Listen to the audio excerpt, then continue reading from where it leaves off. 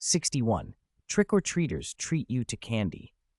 That night in the Gryffindor common room was a blaze of light. Floating candelabras and other enchanted lamps filled every corner upstairs and downstairs, and the logs in the fireplace leapt and danced. Everyone in Gryffindor was celebrating the day's victory. The Weasley twins had commandeered food, drink, and even butterbeer from the kitchens. Oliver Wood's face was flushed with happiness and a little tipsy as he crowed, "I knew it. Harry would make an excellent seeker." The twins were sampling their latest acquisitions from Honeydukes. One popped an ice mouse into his mouth, and his teeth chattered from the cold. The other munched a pepper imp and sent a spray of fire streaming from his lips. They blew cold at each other and answered with flame, exchanged wicked grins, and collapsed into raucous laughter. Seamus's eyes lit up. Pulling Dean aside, he asked, what would happen if someone ate an ice mouse and a pepper imp at the same time? Neville yanked them apart at the thought. "Don't try it. Uncle Ambrose said someone ended up in St. Mungo's from that." Ambrose, they all knew, was the owner of Honeydukes. Seamus and Dean answered together, "No way. No one would really be that scared, right?"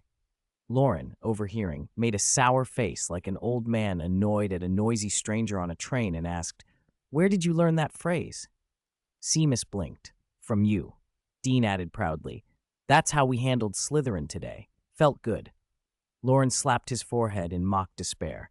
"I am a sinner," he thought, as the twins celebrated nearby.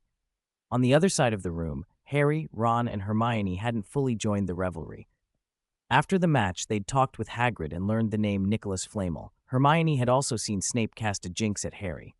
The three of them were more convinced than ever Snape was up to no good. Between what they'd heard about Flamel and what Fluffy guarded, they believed Dumbledore was involved, and that Snape wanted whatever was hidden there, and might even try to kill Harry to get it. Hermione suggested keeping Loren out of it. Snape had threatened him, but Loren hadn't cooperated, and Hermione didn't want to drag him into trouble. Harry and Ron agreed. The twins, however, had other plans. Each grabbed Loren under an arm and hauled him into the midst of the crowd. "If you ask me, today's win wouldn't have happened without Loren," one announced. "He's our 8th player," the other added. Everyone who'd watched Gryffindor play knew Loren's commentary had helped. They cheered and began tossing him up and catching him. After a few rounds, Loren cried, "No more. Put me down." Seamus led them in a chant, "No way, no way. Surely no one would give up already." They ignored his protests and tossed him up again. Loren felt his cheeks burn. Internally, he moaned, "This is what I deserve. I am a sinner." The party went on late into the night until Professor McGonagall swept in and told them it was past bedtime. Red-faced Oliver Wood tried to egg the others into tossing McGonagall, but only he was truly drunk. Everyone else kept quiet, unwilling to join in. Percy nearly cried with indignation. No one expected McGonagall to transform him as punishment. She simply instructed his roommate to take him to bed and then dismissed the students. Even McGonagall was pleased by the victory. For almost a month after that, the trio tried, somewhat awkwardly, to avoid Loren while they investigated Nicholas Flamel. They felt guilty about the avoidance and were careful not to make it obvious. Neville once asked Harry if they had fallen out with Loren. Hermione blanched and realized that had been a mistake. They started spending time with Loren again, walking to classes together, doing homework in the library, but they never mentioned Flamel when he was around. One afternoon, the four of them were in the library. Loren had finished his homework and put it away. Harry sat with a copy of Great Wizards of the 20th Century. Hermione had major discoveries in modern magic and studies in the development of modern witchcraft. Ron had his head stuck in Directory of Contemporary Famous Magicians and was fighting sleep. Loren tapped Ron. "You're drooling on the book." Ron blinked awake, half asleep and wiping his chin. "What? Where?" Harry only stared blankly at his page, eyes unfocused, not reading at all. Hermione watched him with an anxious little frown. "He's thinking about the match again," she decided. Loren chuckled. "I'm done with my homework. If you want to copy." Then he looked at Hermione and asked casually, "Hermione, can you come out with me for a minute?" Harry and Ron, assuming it wasn't for them, bent over their books again. Ron resumed nodding off, and Harry's gaze slipped back into thought. Hermione's heart thudded. Did Loren know something? Should I tell him? She felt uncomfortable at the thought of being secretive with him. With a nervous flutter, she followed him out of the library. Loren led her into an empty corridor and turned to face her. It had started snowing at Hogwarts since the Quidditch match. Everyone had added thick sweaters beneath their robes. Hermione was bundled up, a Gryffindor scarf wound around her neck, her hair framing a chubby, flushed face. When she smiled a little, her two front teeth showed, giving her a tiny squirrel-like look. Loren felt oddly mischievous. "Are you hiding something from me?" he asked. Hermione fumbled. "I know. I didn't mean to hide anything." "We are." Before she could finish, Loren cut in. "Are you looking for Nicholas Flamel?" Hermione's mouth fell open. She stared at him, stunned. How could he know? Loren grinned. "You were all poring over great wizards and directory of contemporary famous magicians. Who wouldn't guess?" Hermione opened her mouth to protest, but he went on, "Come to the abandoned classroom with the mirror tonight. I'll tell you." Then he left her there, bewildered. That night, Hermione went alone. When she pushed the door open, Loren was already waiting. A single desk and two chairs stood at the center of the abandoned classroom. A black cloth covered something on the table. Loren gestured to a chair and sat down with a sudden seriousness. "I know about Nicholas Flamel, and that's what you're looking for, but I can't tell you straight away." "You know some privacy spells, don't you?" Hermione asked, thinking of the Fidelius charm and other means of hiding secrets. Loren nodded. "You need to help me break the enchantment first." If Hermione had remembered how Loren once tricked her into touching a cat in Transfiguration, she would have noticed his tone, the same playful mischief. "What do I have to do?" she asked, steadying her voice. She wanted the truth, and she wanted to help Loren if he needed it. Loren whipped the black cloth off the table. Piled there were sweets, chocolate frogs, cockroach clusters, and other candy. Hermione blinked. How was candy supposed to break any spell? "Eat them all," Loren said lightly. A question hung in the air. "Are you serious? This is how you break the spell?" Loren smiled, a little too confidently. "Magic works in strange ways. Sometimes the way to undo a charm is stranger than the charm itself." "Would I lie to you?" he added, this time more convinced. Hermione hesitated then, summoning courage, tore open a packet of chocolate frogs. Her hands shook as the frog's little legs twitched inside the wrapper. She resisted the urge to drop it, forced herself to bite. The chocolate melted sweetly, and the spiced filling burst on her tongue, blunting her unease. "Ha! Good, isn't it?" Loren teased. Hermione nodded shyly. The candy was tastier than she would have thought, and for a moment the discomfort faded. Loren peered at the keeper card inside her wrapper and said, "Good luck. The first one's Dumbledore." Once she'd taken the first step, the rest was easier. Hermione ate a few more chocolate frogs. Her old dislike for such sugary things dulled with each mouthful. She didn't notice the small, barely restrained smile that tugged at the corner of Loren's mouth. Hermione's look of disgust, her teeth clenched tight, was too entertaining. Loren's mischievous pleasure was thoroughly satisfied. After a while, once Hermione had calmed down and finished the chocolate frog, Loren lowered his head and began sorting through the collectible cards one by one. Cleana picking her nose, a witch from the Middle Ages, set aside. Paracelsus from the Renaissance, set aside. There was even a portrait of that healer in one of the corridor paintings. Dumbledore, taken out and placed to the side. Although the table was piled with sweets, most of the space was taken up by packaging, and the chocolate frogs disappeared quickly. A small stack of cards built up, several of them Dumbledore cards. Hermione had never eaten so much candy so recklessly in her life. The chocolate sent a rush of pleasure through her. She felt light and happy, and, at the same time, oddly like she shouldn't be enjoying herself so much. Still, she figured she could comfortably eat chocolate frogs as a treat now, and she even thought to take some home for her parents. Her father would be fascinated. But the cockroach clusters were different. Her revulsion ran deep, instinctive. She stared at the candy that looked like roaches, felt her scalp prickle, and in a small, timid voice asked, "Is there really no other way?" "You have to eat them all, you know," Loren said. He was utterly devious.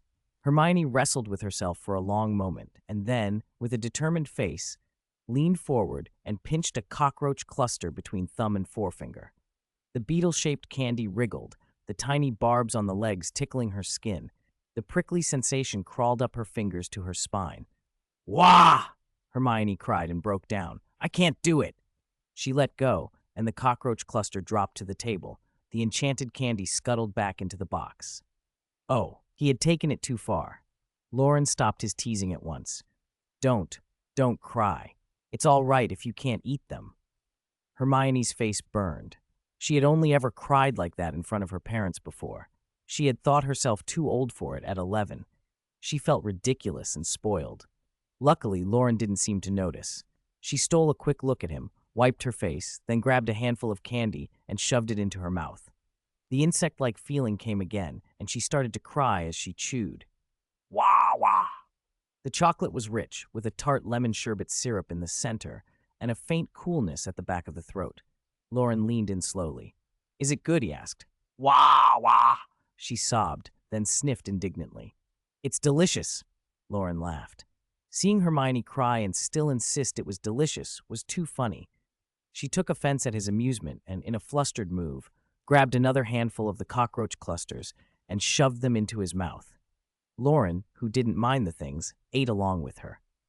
In the dim light of the empty classroom, the two small figures were lit in yellow shadows. They shared the strange sweets. One of them would snort with laughter, the other would snuffle, and occasionally swat the other in annoyance. The candy slowly disappeared.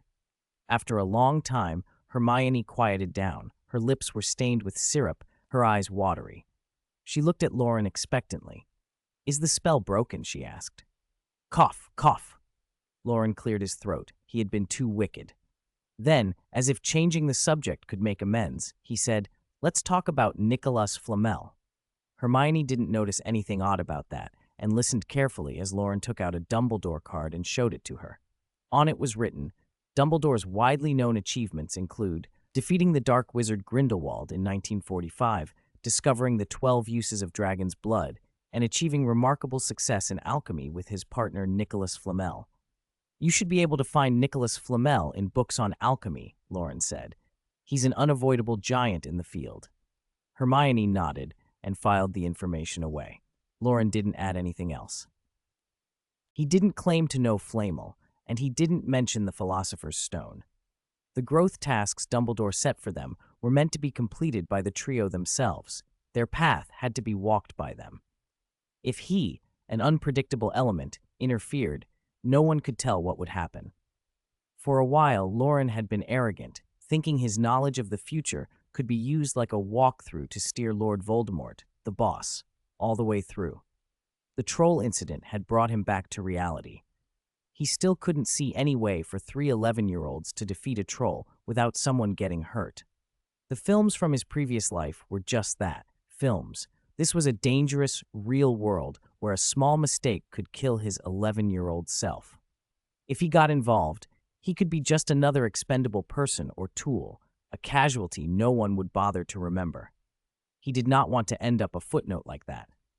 So for now, he would be careful.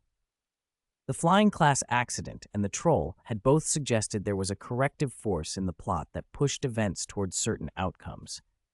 When he couldn't protect himself, he would simply be a good student, sometimes nudging the trio along, but never taking over their story. Being a cheerful person in the school, brightening others' days, encouraging Hermione to try things today, felt safer. Besides, Quirrell wouldn't make his move until later in the term, so telling Hermione about Flamel now wouldn't change much. Loren convinced himself. A little happiness for both of them was harmless. It was another win-win day. They left the classroom together and headed back toward the Gryffindor common room. The enclosed, warm space had left Hermione a little hazy, but the cold corridor laid everything bare again, and she grew alert. "Loren, what kind of magic is this candy spell-breaking of yours? Where did you see it?" she asked. She'd be better off not asking. The question made Loren remember the sight of her wailing and still declaring the candy delicious, and he couldn't help laughing. "I saw it on your face," he said, grinning. "You practically begged to be tricked earlier today," he added. Hermione's hands went into tight fists. "You wicked fellow! You're dead!" Their running footsteps stirred the air, making the corridor candles gutter, and the shadows of the two stretch and overlap on the stone floor. 63. Damp Sundary snow layered the woods, the tops of the castle, and the courtyards. The black lake was frozen solid. Outside, feather-like flakes drifted down. Hermione and Loren sat by a window in the common room, each with a thick textbook in hand. When the others saw that, they gave the pair a wide berth. Those books were intimidating. Loren was on the last volume of Professor Snape's reading list. According to Snape, when Loren finished them, his potion skills would no longer be merely introductory. Snape hadn't asked him to extract snake venom in some time. Loren suspected the snakes were hibernating. The full list numbered 25 books. He had expected to finish only by Christmas, but after finding that remarkable book from Flamel, he always seemed to find extra minutes to read, and his progress had sped up considerably. Hermione had already dug up information about Nicholas Flamel and the Philosopher's Stone. She read aloud from what she'd found. Ancient alchemy involved the creation of the Philosopher's Stone, a magical substance with astonishing properties. The stone could transmute any metal into pure gold and could also produce the elixir of life, granting immortality to those who drank it. For centuries, there were many reports of the Philosopher's Stone. Currently, however, the only remaining stone belongs to the famous alchemist and opera lover, Mr. Nicholas Flamel. He celebrated his 665th birthday last year and now lives in seclusion with his wife Perenelle, aged 658, in Devon. Loren blinked. They even printed where he lived in seclusion. What kind of seclusion was that? Hermione closed the book, glanced at him, hesitated, then asked, "Do you know Professor Snape wants to steal the Philosopher's Stone?" Loren remembered how muddled Hermione had been the night he tricked her. She hadn't asked then either. He kept taking notes, the difference between morning dew and midnight dew, while he answered, calm on the surface. "Professor Snape has a bad temper, but he's not a bad man." Hermione looked from left to right. "I saw him jinx Harry's broom with my own eyes during the Quidditch match." "People tend to trust what they see," Loren said. He kept writing. They should also pay attention to what they don't see. He didn't intend to reveal what he really knew.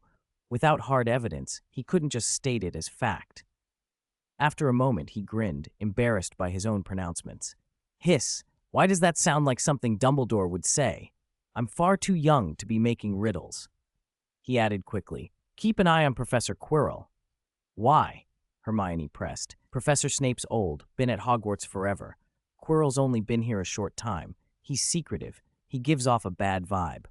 Loren admitted it was only a feeling from watching Quirrell in the movie. No proof, just a gut reaction. Hermione wasn't satisfied. "You only trust what you see, don't you? And you don't want to believe what you don't?" Loren snapped his book shut. "No, I'm not taking sides. If you ask me, Headmaster Dumbledore is still in the castle. What are you children fretting about?" He genuinely believed it, but he knew Gryffindors would act anyway. They were the kind to charge into danger for the sake of justice. His own reluctance to get involved might be cowardly, but he wasn't the hero of the story. His life mattered. "Your children," he added mildly. Hermione felt a lot better, knowing Snape hadn't threatened Loren. She still suspected Snape of foul play and resolved to catch him with Harry and Ron, so Loren wouldn't be put in a difficult position. Harry, for his part, had convinced himself Snape was following him everywhere, waiting to catch him alone and strike. From that day on, Harry refused to go anywhere without someone at his side. He even dragged Ron to the lavatory. Loren found it odd. Apparently boys, too, now had friends to accompany them to the loo. On another Friday, Loren walked the dim, chilly dungeon towards Snape's office. The Slytherin dormitories under the lake were especially cold in winter. Snakes, it seemed, weren't fussed by the cold. When he reached Snape's door, it opened by itself. "Come in," Snape's voice called from the inner storeroom. Loren passed through the office full of specimens and entered the workspace. Snape sat at the workbench in front of two furnaces. One was empty. The other held a pink, viscous liquid that bubbled with no scent. "Have you finished the books on the list?" Snape asked. "Yes, Professor." Snape plucked a green leaf and stirred it into the pot. Purple veins appeared in the pink and spread until the whole brew turned a deep, foul purple and began to smell of rotten eggs. "Wolfsbane," Loren said. already familiar. He came every Friday. Snape usually handed him the finished wolfsbane about half a month before a full moon. The potion had to be drunk a week in advance, and Loren had to send it to Grandpa Bates. This was the first time he'd seen wolfsbane brewed from scratch. Snape snuffed the fire and capped the pot. Whirlwind sweep! He flicked his wand, and a gust drove the smell out of the room. Tell me, what is a potion, in your opinion? Loren hesitated. A potion is any medicinal product manufactured, extracted, or semi-synthesized from magical biological sources. Snape gave him a disdainful look. Like Miss Know-It-All, purely a rote bookworm. That felt like a personal insult. Loren bristled. Potions, at their core, are another form of magic, he said. Like charms, they are an expression of magical will, only the medium is different. Snape folded his hands and explained, slow and sharp. Charms use incantations and gestures. Potions require precise ingredients and precise preparation. The fixed process, the ritual, is what channels the magic. In charms, a skilled witch or wizard can work wandlessly or silently. Potions are stricter. Even the greatest potions master must adhere to standards and follow the recipe. Potions are a more rigorous form of magic. Loren thought of the ritual Voldemort used to regain a body, bones, flesh, blood, the same structure as a dark brewing. Evil magic was a kind of potion too. Only by understanding potions' essence can you master their rules, Snape finished. He didn't lecture on further theory. He bottled the cooled wolfsbane and handed it to Loren, then opened a cabinet and took out 2 small glass buttons, one red and one green. This is a sneakoscope. Find a way to make Harry Potter carry it at all times. He pressed the red one into Loren's hand. Loren had heard of them. They were detectors, alarms. He rolled the red button over in his palm, curious. What exactly does it do? It lets me keep track of that foolish roommate's movements at all times. Snape's voice cut flat. Loren set the button on the counter, drew his wand, and, on impulse, tried a little expulso charm at it. Before he could finish the incantation, both buttons, Snape's green and the red on the counter, shrieked with a high, piercing sound. Loren swallowed and closed his mouth. He had meant to tease Snape, but prudence won. He shot Snape a look that, in his mind, said, "You sundare." During the Quidditch match, Snape said, voice tight, Professor Quirrell attempted to harm Mr. Harry Potter, Miss Know-It-All, and I stopped him. He will try again, Snape continued, anger flaring as he spoke of Harry in increasingly scathing terms. Then he settled, voice cooling.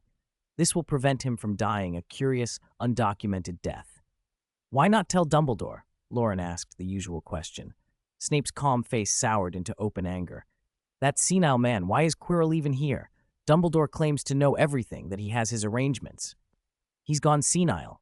Loren muttered only half to himself. It wasn't a place to argue further. Loren took the wolfsbane and the button and left. Back in the Gryffindor common room, he threaded a thin cord through the sneakoscope's central hole and turned it into a pendant. When he handed it to Harry, he improvised a story. It was an old keepsake of Harry's mother, given by Professor McGonagall. No evidence, just a well-played family card. Harry smiled and wore it without hesitation. Loren had saved his life before. He trusted him. Loren's conscience pricked. He promised himself that once this was over, he'd find a way to get something of Lily's from Professor Snape to make up for the lie. Snape surely possessed some mementos. Of that there was no doubt. 64. Sincerity is the eternal nirvana. In Transfiguration, Hermione sat in the front row, attentive and taking meticulous notes. Ron was in the back, catching a sentence or two now and then, but mostly his mind wandered. Harry rested his head on the desk, fingers fiddling with the red button pendant at his throat, grinning like an idiot. Loren couldn't concentrate. Every time Harry smiled that stupid smile, his conscience ached. It was unbearable. He couldn't wait any longer. Next week, no, as he told himself, next week he would go to Professor Snape and ask for something that had belonged to Harry's mother. A photo, anything. That thought gave him a sliver of relief, but it wasn't enough. The more difficult the transfiguration, the more magic required, Professor McGonagall lectured from the podium. Ron pricked up his ears at anything to do with magic. After the troll incident, everyone's magic had changed. Simple charms were suddenly much easier. Transfiguration, charms, even Quirrell's defense against the dark arts, practical parts that had been hard before were smoother now. Ron had expected to have improved the most, but Loren had been practicing with Hermione on weekends, showing a knack for correcting charms. With 2 weekly practice sessions using the flammel exercises in that fantastic book, Loren had advanced quickly and could handle basic charms skillfully. Hermione's theoretical foundation was solid. She'd self-studied many spells, and with Loren's help she was stronger than many second years. Harry was pure instinct. He disliked reading, but when he picked up his wand he cast charms with uncanny speed. Ron felt deflated. What sort of prodigies was he surrounded by? Still, his own talent wasn't negligible. With his magic improving and a new wand, he no longer felt inferior and now outperformed most first years. After McGonagall finished the theory, she set the practical task: transfigure matchboxes into snuff boxes. "This will be on your final," she warned. Hermione focused completely and quickly produced a snuff box, adding delicate filigree and colorful inlays. Loren's mouth twitched as he watched. Fine, she was the one to lift the class average. He casually transfigured a plain, functional snuff box, then relaxed and stopped trying for finesse. Harry and Ron had no trouble either. Seamus approached cautiously. Everyone kept their distance from him after previous accidents. They watched without offering help. Seamus worked hard and finally, bang, he blew himself up again. His face was blackened. Laughter erupted. Dean guffawed loudest, the others joined in. Seamus always managed to create this kind of spectacle. Transfiguration, charms, even defense against the dark arts. No class was safe from his mishaps. After the explosion, the group gathered around him, amused and sympathetic. Ron leaned close, smug. "When you cast a charm, don't flick your wand like you mean it. Light flick. Draw a circle. Got it?" Seamus snapped back. "Ron Weasley, are you changing your name to Ron Granger? You're getting more annoying than Hermione used to be." "More annoying than Malfoy," Dean added. Malfoy had always been loathed among the Gryffindors, second only to Snape. Hermione herself used to be bossy like that, but since the troll incident she'd stopped offering unsolicited instruction. She only helped when asked. Ron's condescending tone, however, was starting to grate on people. "I'm sorry," he muttered, sheepish. "You said that last class too," Neville said weakly. The room felt awkward. Ron slid back into his seat beside Harry. "I don't know why I do it," he admitted to himself, realizing he was becoming the kind of person he disliked. He resolved to try harder. Harry continued to play with the red button and chuckle to himself. Every time he did, Loren's guilt flared hotter. Deceiving someone with an item from their mother felt loathsome, worse than any prank Loren had ever pulled. If this went on, every time Harry smiled, Loren wanted to slap himself. He promised himself he would go to Snape this Friday and ask for something real. If he had to, he'd do it tonight. In potions, Snape was writing the Draught of Living Death on the blackboard, his script precise and different from the textbook. Snape's notes were authoritative. If you copied from the textbook rather than his board, you'd be in trouble. Michael Corner had found that out the hard way and been made to copy that day's notes 100 times. Snape explained the theory in his usual monotone, every syllable at the same flat pitch. At first, Harry forced himself to listen, but his attention drifted. His hand went to his chest, fingers closing around the red glass button. He pictured his mother as he'd seen her in the Mirror of Erised. The button must once have been hers. For a moment he felt as if she were beside him. Loren could not bear to watch. His conscience throbbed. He wanted to slap himself twice to wake up from the shame. Snape, who rarely missed anything, noticed Harry's ridiculous grin. No student ever smiled happily in his class. He descended from the podium, sleeves rolling. Everyone expected him to rap Harry on the head, drag him forward to answer some advanced question, and dock points from Gryffindor. The students looked on with a mix of hope and dread. Slytherin fancied seeing Snape assert himself. Gryffindor hoped he'd take it out on someone else so they could be safe. Snape walked right up to Harry, hands itching to punish. Then he saw the red glass button in Harry's hand and stopped. It was a familiar object. The matching blue one was safe in his own pocket. He looked at Harry with a hard, unreadable expression, then toward Loren with something like accusation flickering across his face. Without a word, he returned to the podium and resumed lecturing. No points deducted. The students were stunned. Had Snape gone soft? Loren understood the look. It was a question. "What have you done?" He had no answer. His conscience tormented him anew. Tonight, definitely tonight, he must find Snape. Loren and his three companions hunched into the wind as they walked the path from the castle to Hagrid's hut. There were no afternoon classes, and Harry had finally stopped nagging Loren, so they'd taken the chance to pay Hagrid a visit. The castle was warm, all fireplaces and likely a little warming magic. But now, stepping out into the open, the four of them were getting the full force of a Hogwarts winter. They shoved their hands into their sleeves, cupped them for warmth, and pulled their scarves up to cover everything below their eyes. "Ugh," Ron complained. "Why are we visiting Hagrid on a day like this?" Harry wrapped his arms around himself. "We haven't been to see him since the snow. He'll miss us." Hermione's teeth were chattering. "He has to watch over the Forbidden Forest. We can't just leave him on his own." Loren was regretting not bringing the fur blanket from his trunk. He hadn't given it much thought at the time, but now he remembered Nicholas Flamel using it, an alchemical piece that was windproof and remarkably warm. He'd have to remember it next time he went out. The hut was only a short distance in. Click, click, click. Harry craned his neck, listening. "Did you hear something?" "Just the wind," Ron muttered. They kept walking. Screech! A huge spider burst from behind a tree and hissed at them. Ron's eyes nearly popped out of his head. He'd been afraid of spiders since he was small, and this thing was terrifying. The acromantula was as large as Hagrid, covered in thick black hair, with a ring of smaller white eyes around its main ones and pincers that clicked audibly. Loren recognized it instantly. "Acromantula," he said, backing away, pulling Hermione with him. Harry had Ron by the arm, and all four retreated, not wanting anything to do with the creature. Ron stood frozen, as if hit by a binding charm. The spider fixed its gaze on them. It sounded like it had been roused from hibernation. "Humans woke me," a distorted voice said, unnervingly articulate. "You must pay."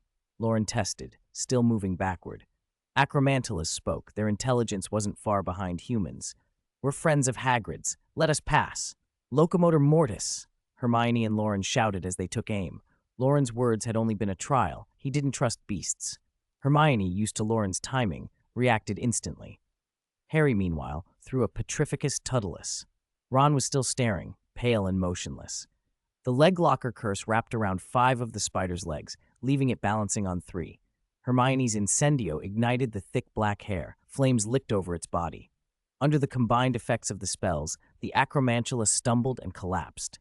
They didn't relax, though, only edged away and watched. Compared to a troll, which could shrug off magic, a controlled acromantula was less terrifying. Still, the fire burned off the hair, but not the creature beneath. The flames died down. The spider wrested itself free from the binding and the leg locker curse, clicked its mandibles, and launched itself forward. Before anyone could cast another spell, a muffled thud sounded from deeper in the forest. Thump, thump, thump. A massive shape burst out of the bushes, leaving a rut in the packed snow. Fang raced out after it. "Hagrid!" Harry shouted. The giant lumbered forward and simply plowed into the acromantula. There was a succession of crashing sounds as Hagrid drove the beast before him, smashing through saplings until he finally stopped. The spider lay on its back, many legs broken, several huge rents in its abdomen spewing white, sticky webbing. Hagrid stood panting, his great coat torn in a few places. "Blimey, are you lot all right?" he boomed. The sight of a monstrous spider thrown down by a single, furious man left Loren and Hermione reeling. A different kind of battle from any spell duel they'd seen, raw and direct. No wonder Hagrid could live in the Forbidden Forest. Very little in there would stand against that kind of charge. Ron had been too stunned to move the whole time. "How'd you know we were here?" Harry asked. Fang had started acting up, Hagrid explained. He'd gone out to see what was wrong and found them in danger, so he dashed in. "Why's there an acromantula at the edge of the forest?" Hermione demanded. "It said someone woke it from hibernation." Hagrid looked upset.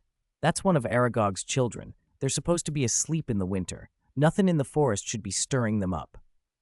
Hagrid's friend, Aragog, he'd felt guilty at being unable to protect his friend's offspring. Loren frowned and suggested, "Maybe someone went further into the forest than they should. Quirrell's body has been weaker since the start of term. Perhaps someone's search for blood in the forest disturbed its hibernation." Hagrid told them to come warm up in the hut. "I'll let the centaurs know tonight," he said as they walked, "and I'm going to see Aragog myself."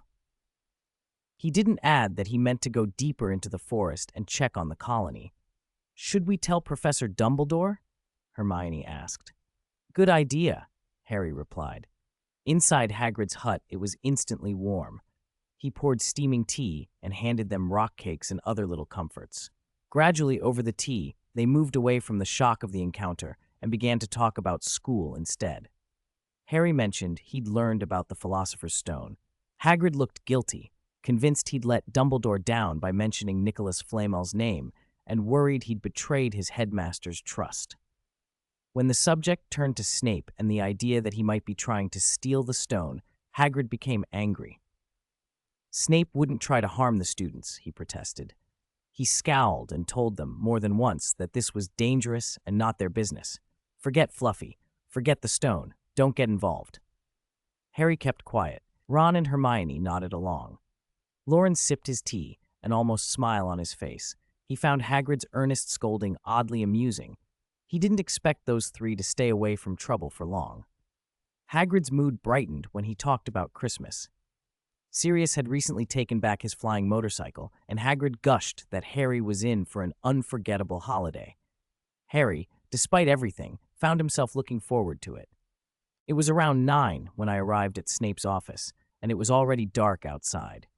The wind had died down, and a thin slice of moonlight crossed the starry sky. The shoulders of Snape's robe were wet. He must have just come in and hadn't changed. He was carefully pouring a black viscous liquid from one bottle into another engraved with runes. A sharp, foul smell hit me and made my head swim. "Stand back, you idiot," Snape snapped without looking up. "Acromantula venom, top grade.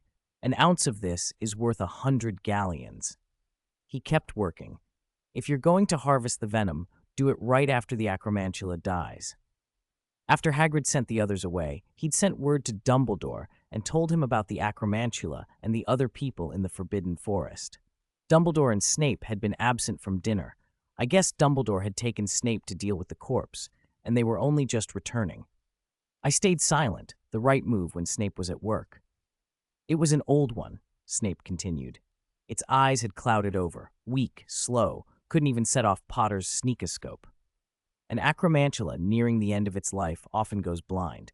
Its eyes turn white, its shell becomes brittle, and its strength fades.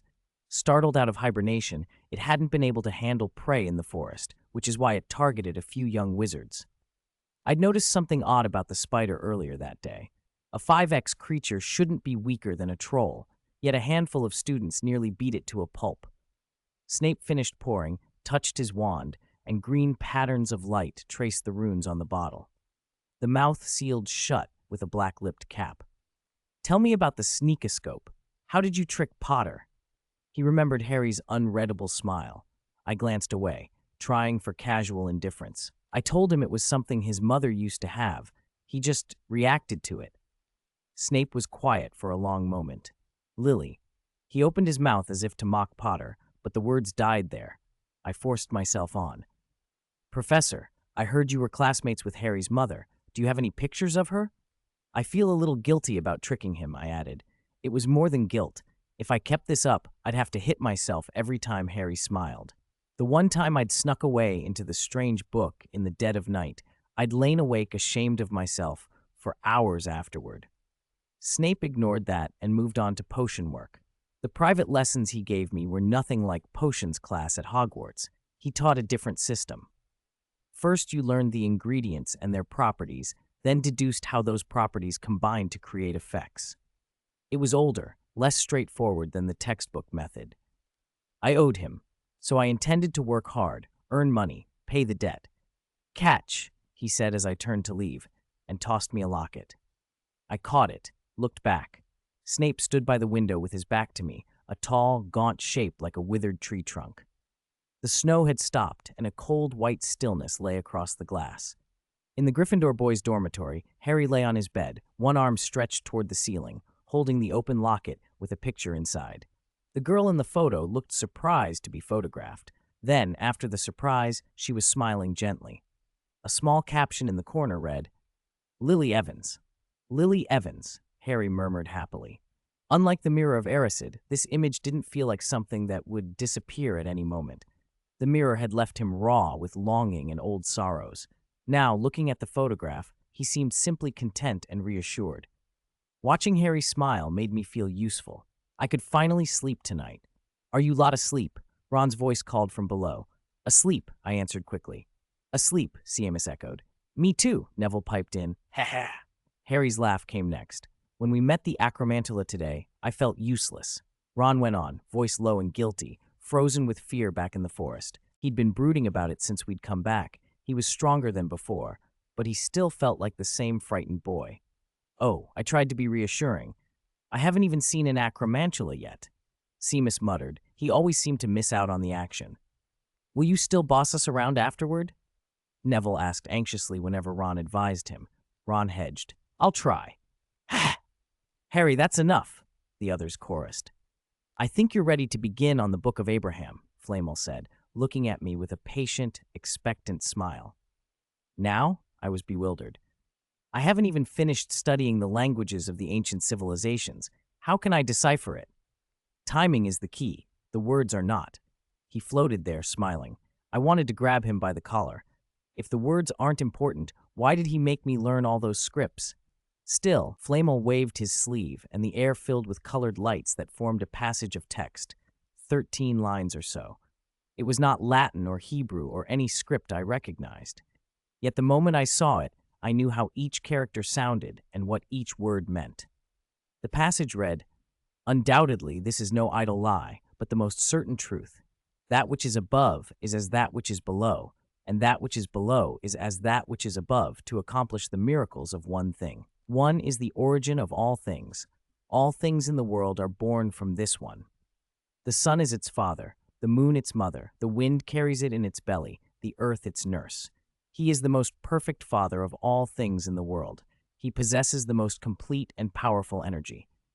You must separate the earth from the fire, the subtle from the gross, gently and with great ingenuity. He ascends from the earth to the heaven and again descends to the earth, and receives the force of things superior and inferior. By this means you shall have the glory of the whole world, and all obscurity shall fly far from you.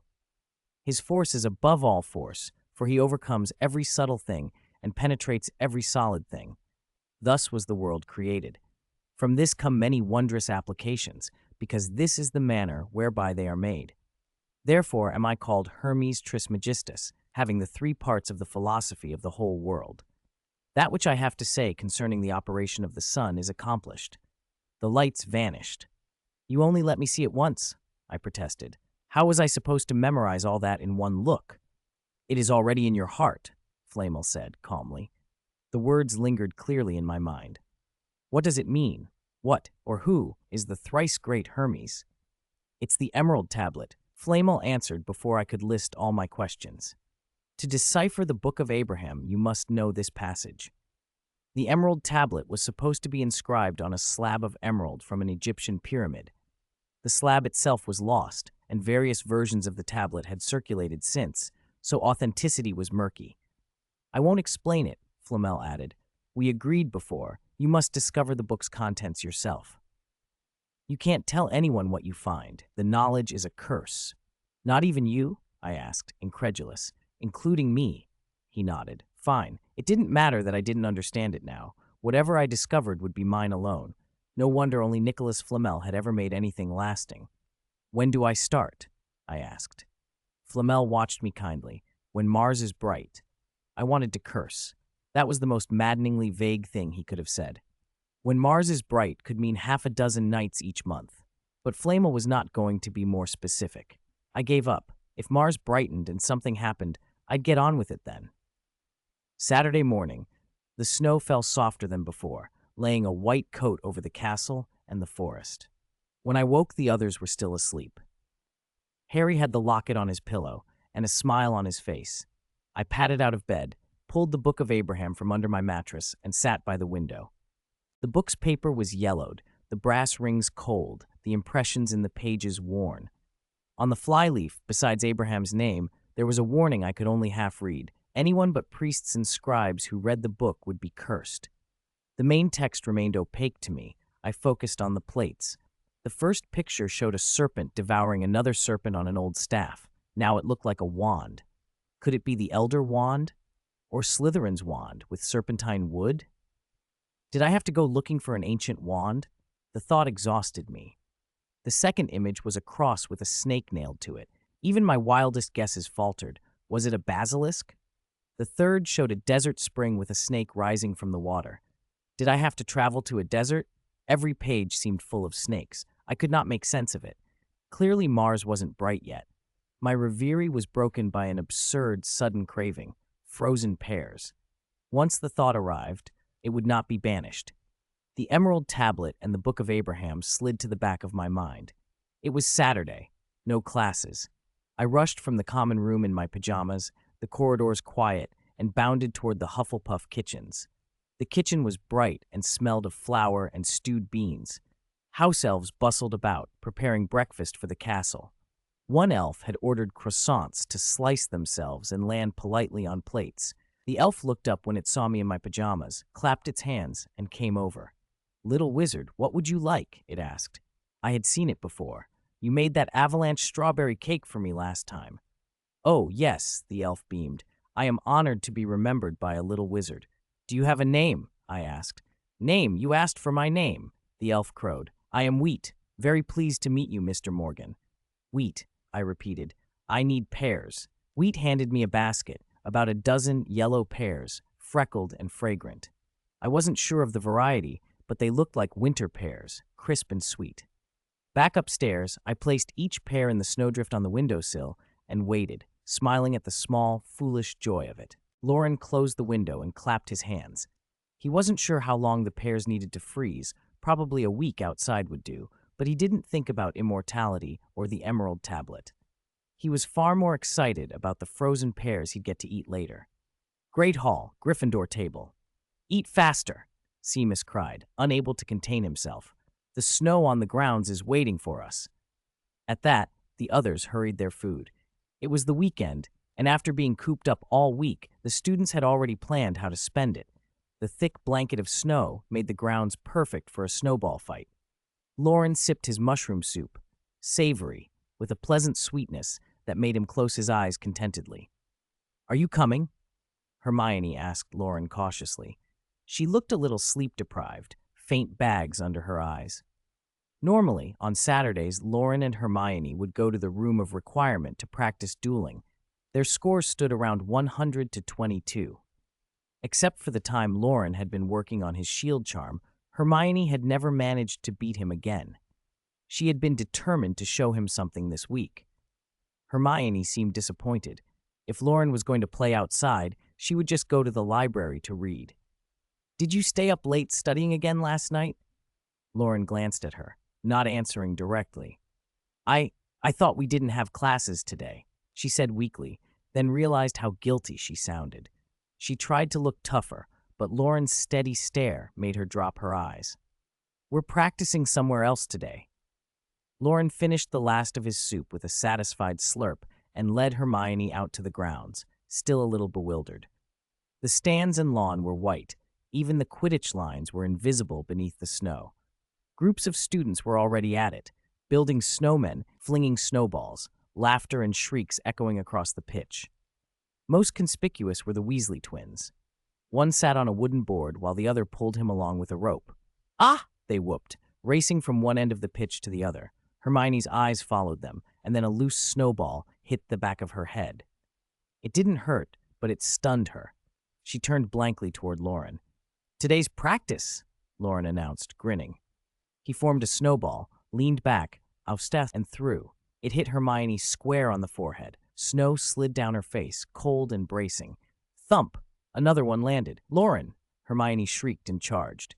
The scattered skirmishes spread until the pitch was a free-for-all. Snowballs flew everywhere, and there was an unspoken rule: no magic. One moment you were aiming at someone, the next a snowball plastered your face, and you had a new enemy. Hermione, however, saw no one but Loren. Images of him kept flashing through her head, from the chocolate frog on the Hogwarts Express to the cockroach prank that one night. She was determined to teach him a lesson. Compared with Loren, who'd grown up in the mountains, She wasn't as practiced at the game. She got hit making snowballs and while searching for targets. Every time she threw, Loren somehow dodged, then countered and hit her in the face. Ah!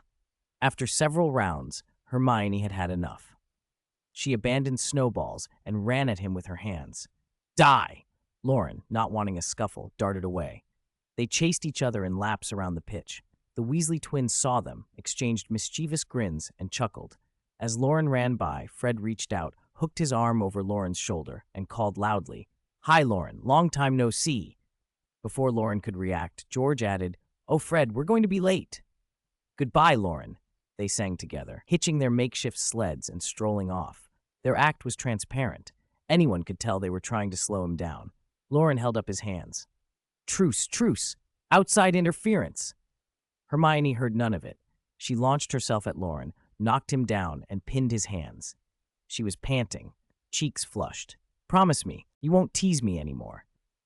"When have I ever teased you?" Loren protested, stubborn as ever. He felt Hermione's breath warm and a little embarrassing against his cheek, so he turned his head away, just as a stray snowball from who knew where struck him in the face. Tooey! Snow went into Loren's mouth. His face and clothes were splattered, and he looked utterly disheveled. Hermione burst out laughing. "What's so funny?" he snapped, annoyed. She laughed harder. Eventually, she let his hands go and lay down beside him, clutching her stomach and giggling. She didn't know why it was so funny. She only knew she couldn't stop. Laughter is infectious, and soon Loren was laughing too. "I'm talking about you. What's so funny?" he asked through a grin. Snow still fell, cold and refreshing, but their faces and hearts were warm. Later, in the Gryffindor common room in front of the fire, several students huddled under blankets. Their clothes were soaked from a morning spent on the pitch. They'd come back only when the cold had become too much. The fire snapped and popped, the red glow making their cheeks and eyes shine. "Are you going home for the Christmas holidays or staying at Hogwarts?" Ron asked. His parents had suddenly decided to visit Charlie in Romania, Ron explained. Starting the second week of December, the house heads had begun collecting lists of who would be going home. Today being Saturday, most choices were already settled, and next week they'd start booking spots on the Hogwarts Express. Seamus and Neville were going home, and Hermione said she was too. She missed her parents terribly. Harry was pleased. He would probably spend Christmas with his godfather. Hagrid had promised that Sirius would have a surprise for him. Loren had received a letter from Grandpa Bates the week before. His grandfather was still traveling and revisiting old places, so Loren would be staying at Hogwarts for the holidays. "And you're my best mate," Ron said to Loren, eyes shining affectionately. Loren took a long sip of his hot coffee. "Hold on. I really don't want to play wizard chess with you." Ron's face fell immediately. The rest of them burst into cheerful laughter. 68. Christmas is coming room of requirement. Petrificus totalis. Hermione cast a binding spell, slipped aside, took a few quick steps forward, and raised her wand again. Protego. Loren flicked his wand. The white light from Hermione's first spell rebounded and struck the empty floor. He stepped aside as the second spell flew past. The two of them danced that way across the dueling classroom the room of requirement had conjured. Hermione pressing the attack while Loren kept parrying and dodging. When he retreated earlier, he'd left an opening Hermione was charging to exploit, and as soon as she let the spell fly, Loren seized the gap and pinned her with a binding charm. Any professor who had watched would have been impressed. Their skill already surpassed many older students. Loren exhaled lightly. Hermione's tempo had been too fast. If he only ever defended, he'd tire himself out. Under Flamel's instruction, his dueling had improved quickly. Hermione wasn't a natural fighter, but she made up for it with careful study. She scarcely repeated mistakes and learned fast. Loren moved over and released the charm. "You were too aggressive," he said as he helped her to her feet. "All offense and no defense. Once I picked up your rhythm, the result wasn't in doubt." Hermione shook her hair back. "You weren't fighting back, so I relaxed and just kept pushing." She felt a little helpless. Bringing Loren down seemed further away than ever. He'd grown calmer and more natural in combat. No, if things went on like this, she thought, I'll never beat him. She needed another plan. "Next time," she began, already working it over in her head. They left the room of requirement together and headed for the Great Hall. With only a week until the Christmas holidays, the castle was being transformed for the feast. As they passed along a corridor, Percy was balanced on a stool, tying a ribbon. Prefects had to work for their privileges. Enchanted methods were forbidden by school rules in the corridor, so Percy was stuck doing it by hand. Peeves suddenly erupted from the wall at the other end of the ribbon. Percy was holding one side. Peeves lunged for the other, wrapping the ribbon round and round until it tightened around Percy's neck. His eyes bulged, his Adam's apple bobbed as he coughed, and he teetered on the stool as if about to be strangled. "Tremble before the great Peeves," the poltergeist crowed, then dropped the ribbon and drifted off, pleased with himself. Percy immediately composed himself. After a moment, he quietly untangled the ribbon from his neck and resumed the decorations as if nothing had happened. Loren clicked his tongue. He must have been pranked by Peeves a dozen times to take it like that.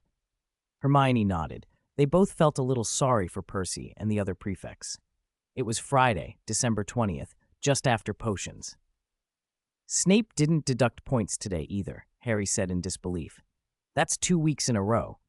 "Maybe Snape was eaten by Fluffy," Ron joked. "Or he's just one of Dumbledore's magic creations." "Then you two won't have to do Snape's Christmas homework," Loren said with a grin, curious what would happen if they didn't hand it in. Ron, thinking of his last run-in with snake venom extraction, shook his head so hard his hair flopped. "I'll never risk my life for homework." "Keep an eye on Fluffy over the holidays," Hermione warned.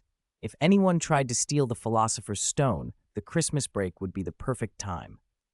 Harry and Hermione were going home for Christmas. Snape had somehow persuaded Loren to stay behind, so the task of watching over the stone fell to him. Before dinner, Loren went back to his dormitory to dig up the pears he'd buried in the snow. Hermione and the others would be leaving on the train the next day.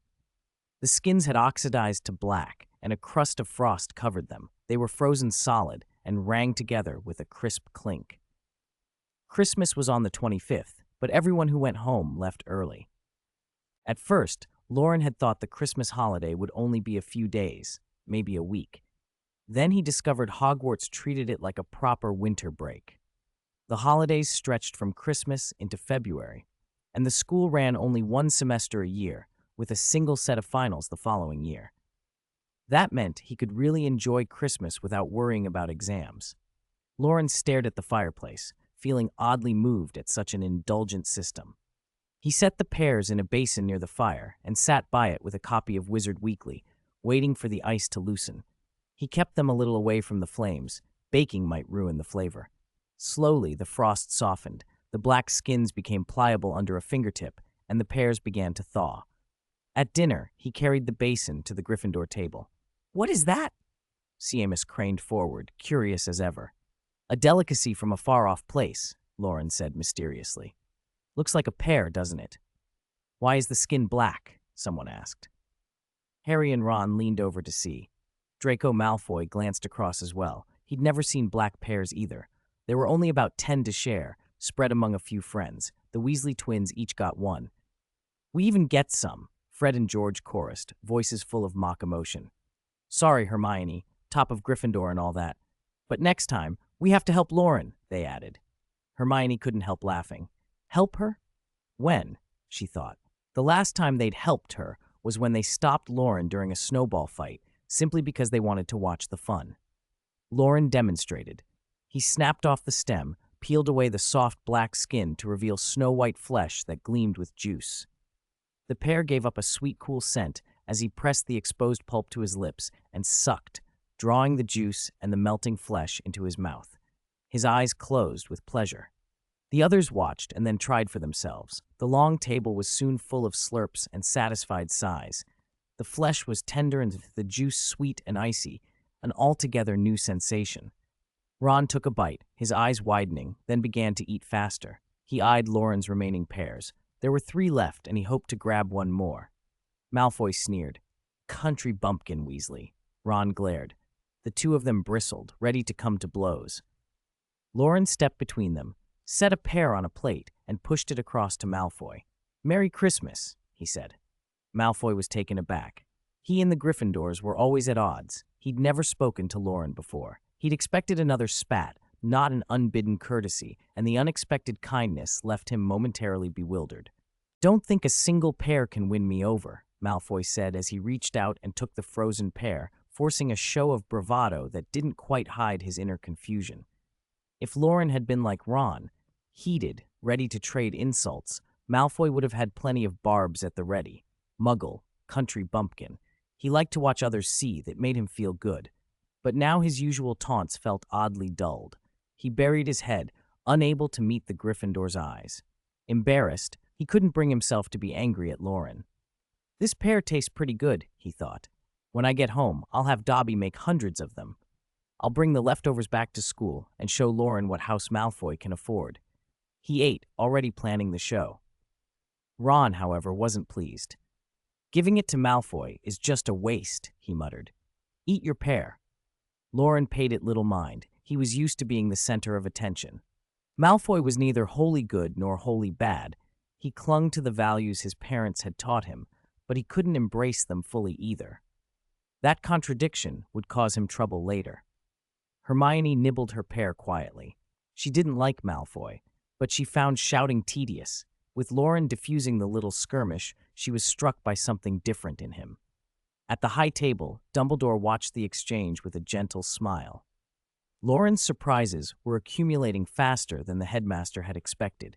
He found himself wondering, with a twinkle of curiosity, what a black pear from the east might taste like. After dinner, the Gryffindor common room blossomed into its usual pre-holiday chaos.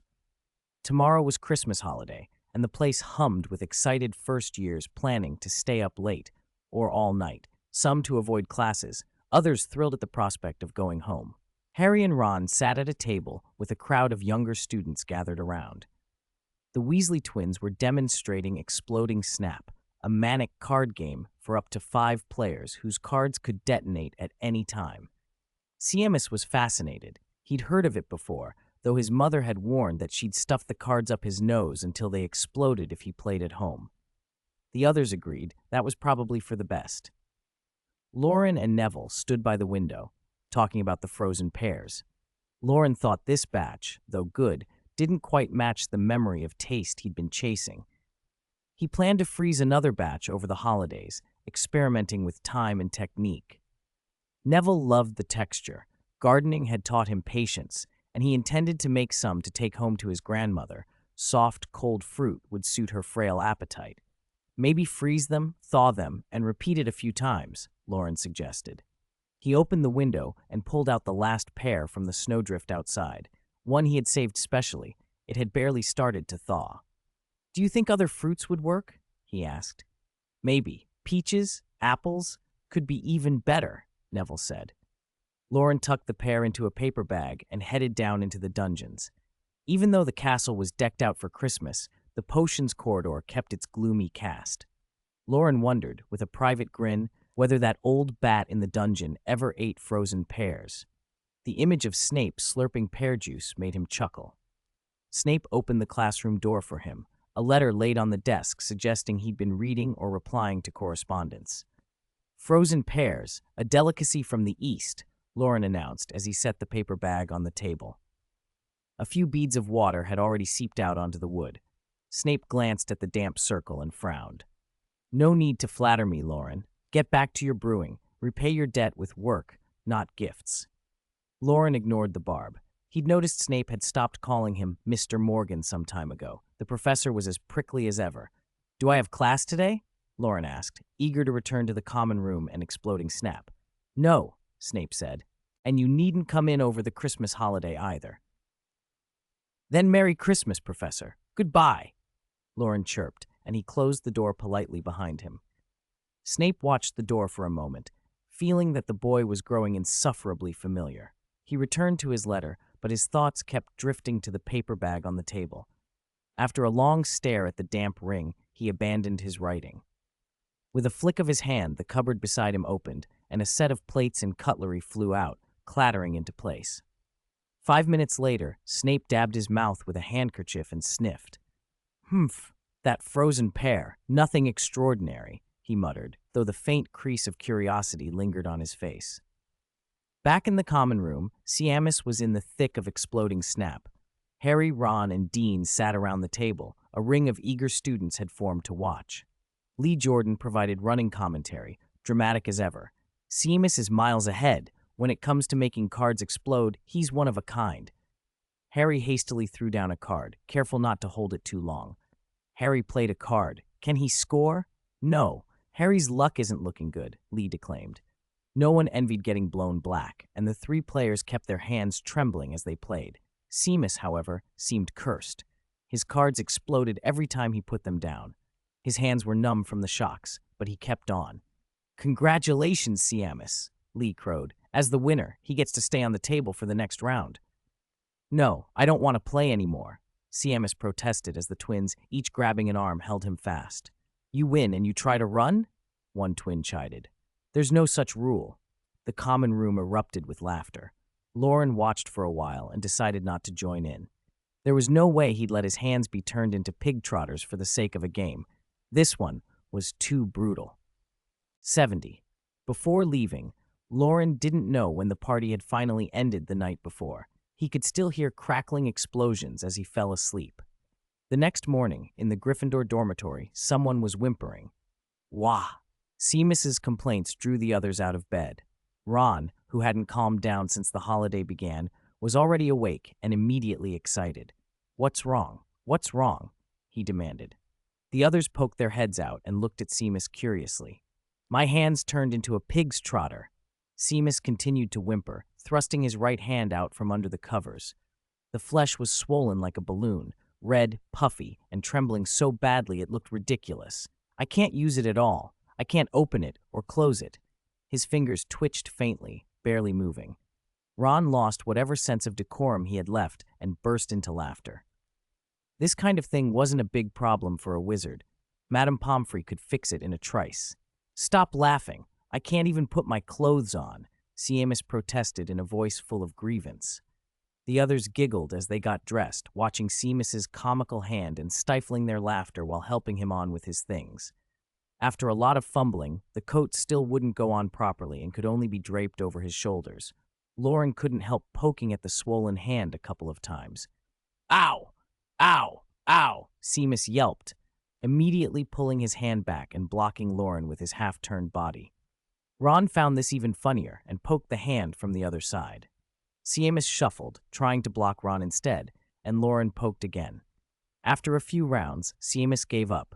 He flopped back on the bed, forlorn, tears in his eyes, and his voice full of injured dignity. Do as you like. I'm knackered.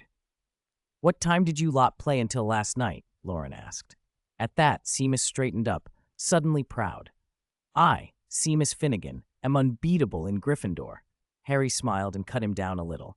Someone was crying last night, saying they didn't want to play anymore. I won't say who it was. Ron, who had been there, laughed again as they helped Seamus down to breakfast. Laughter followed them. Other Gryffindors they passed guffawed when they saw Seamus's swollen hand. His face went bright red, and he kept muttering things like, "Victory is mine," and "You're just jealous." The laughter grew louder. At the long table, Seamus propped his elbow on the bench, the swollen hand barely holding a fork in a fist. He speared a piece of jam bread and tried to bring it to his mouth, but his arm stopped, as if frozen, a couple of fists' length away. The bread dangled there, refused to go any higher. Fred and George Weasley, who'd persuaded Seamus into playing Exploding Snap all night, couldn't resist teasing him. Trying to shake the jam off? Need some jam-free bread over here? Loren and the others watched and laughed. Seamus bristled, stuck his chin out, arched his back, and craned forward so dramatically his head looked like it might touch his knees. Could this possibly beat Seamus? He demanded, trying to take the whole piece in one bite. Another round of laughter. By the time they finished and had accompanied Seamus to the hospital wing for a lecture from Madame Pomfrey, it was nearly noon. Back in the common room, Hermione sat beside a large suitcase, reading to pass the time. When Seamus spotted the case, he sat up, alarmed. Oh no, I haven't packed yet, and the train's leaving. Most students packed in the morning. The Hogwarts Express didn't leave until about 11, so there was usually enough time. But Seamus had spent the whole night playing cards and the whole morning at the hospital wing. He rushed off to the dormitory and, his hand finally recovering, packed with frantic efficiency. Harry didn't need to pack. Sirius would collect him at the school gates, so he wasn't worried. People drifted through the common room in little groups. Ron dragged Harry over to the Great Hall to play wizard's chess. He would be the only one to endure that for the next month. "Any plans for the holidays?" Ron asked. Loren sat down next to Hermione and caught the faint scent of Muggle shampoo in her hair. "Not sure yet. Maybe go skiing with Mum and Dad," he said. Hermione was oddly low-spirited, despite the fact she would see her parents soon. She didn't know why she felt sad, but she blamed the idea of leaving Hogwarts. She couldn't focus on her book and shut it instead. "Promise you'll write to me," she said, sharp as she tapped Loren's arm. Hermione had been cross for months about letters. Before school started, they'd bought things in Diagon Alley and agreed to write to one another by owl, but so far, none of them had written. Hermione had proudly told her parents she and a classmate would be corresponding by owl, just like when she had received her own letter. For weeks, she'd checked the sky every morning for an owl and asked her mother if she'd seen any. The memory of being foolhardily proud and then embarrassed made her angrier all over again.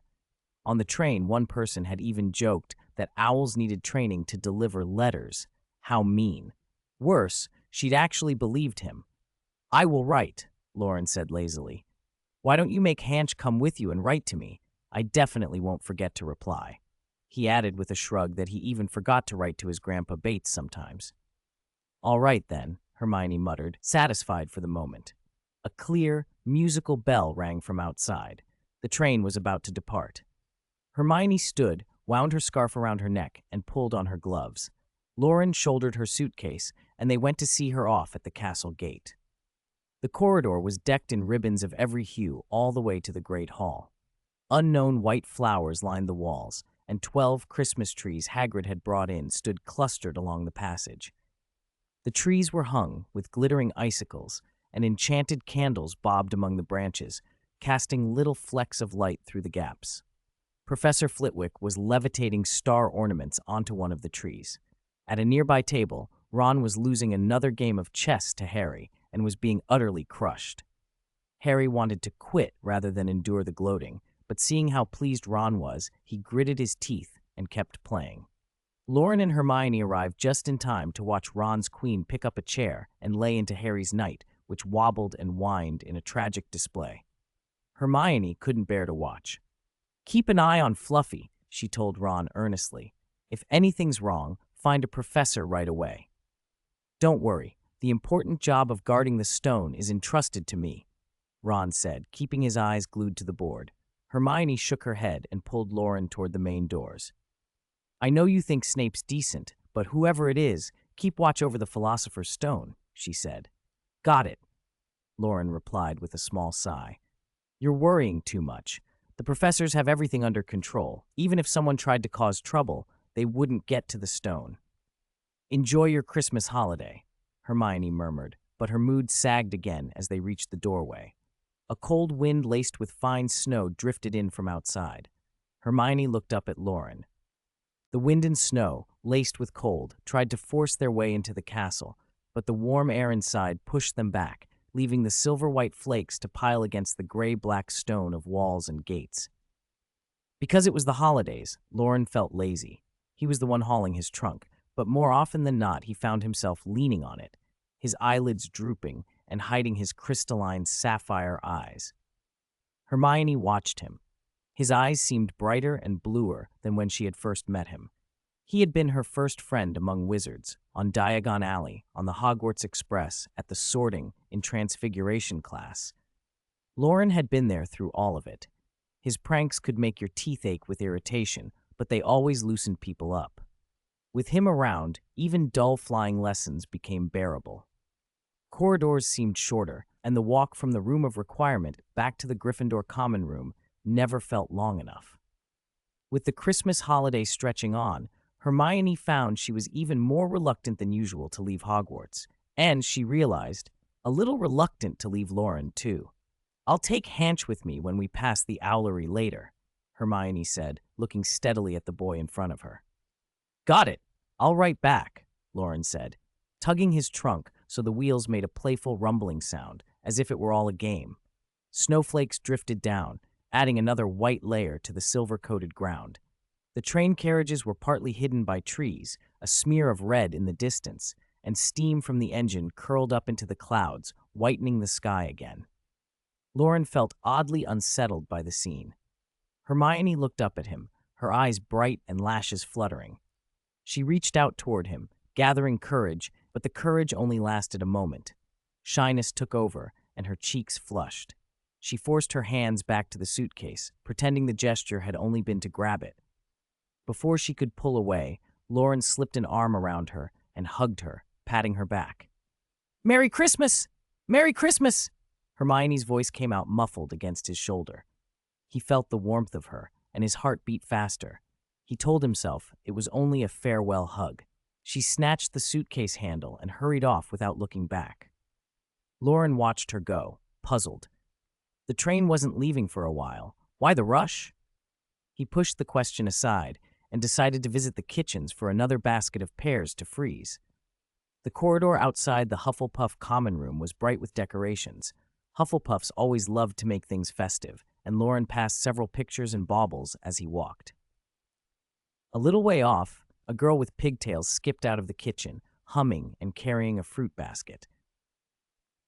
"Hello, Loren," Hannah Abbott called cheerfully, each syllable rising. "Hello, Hannah.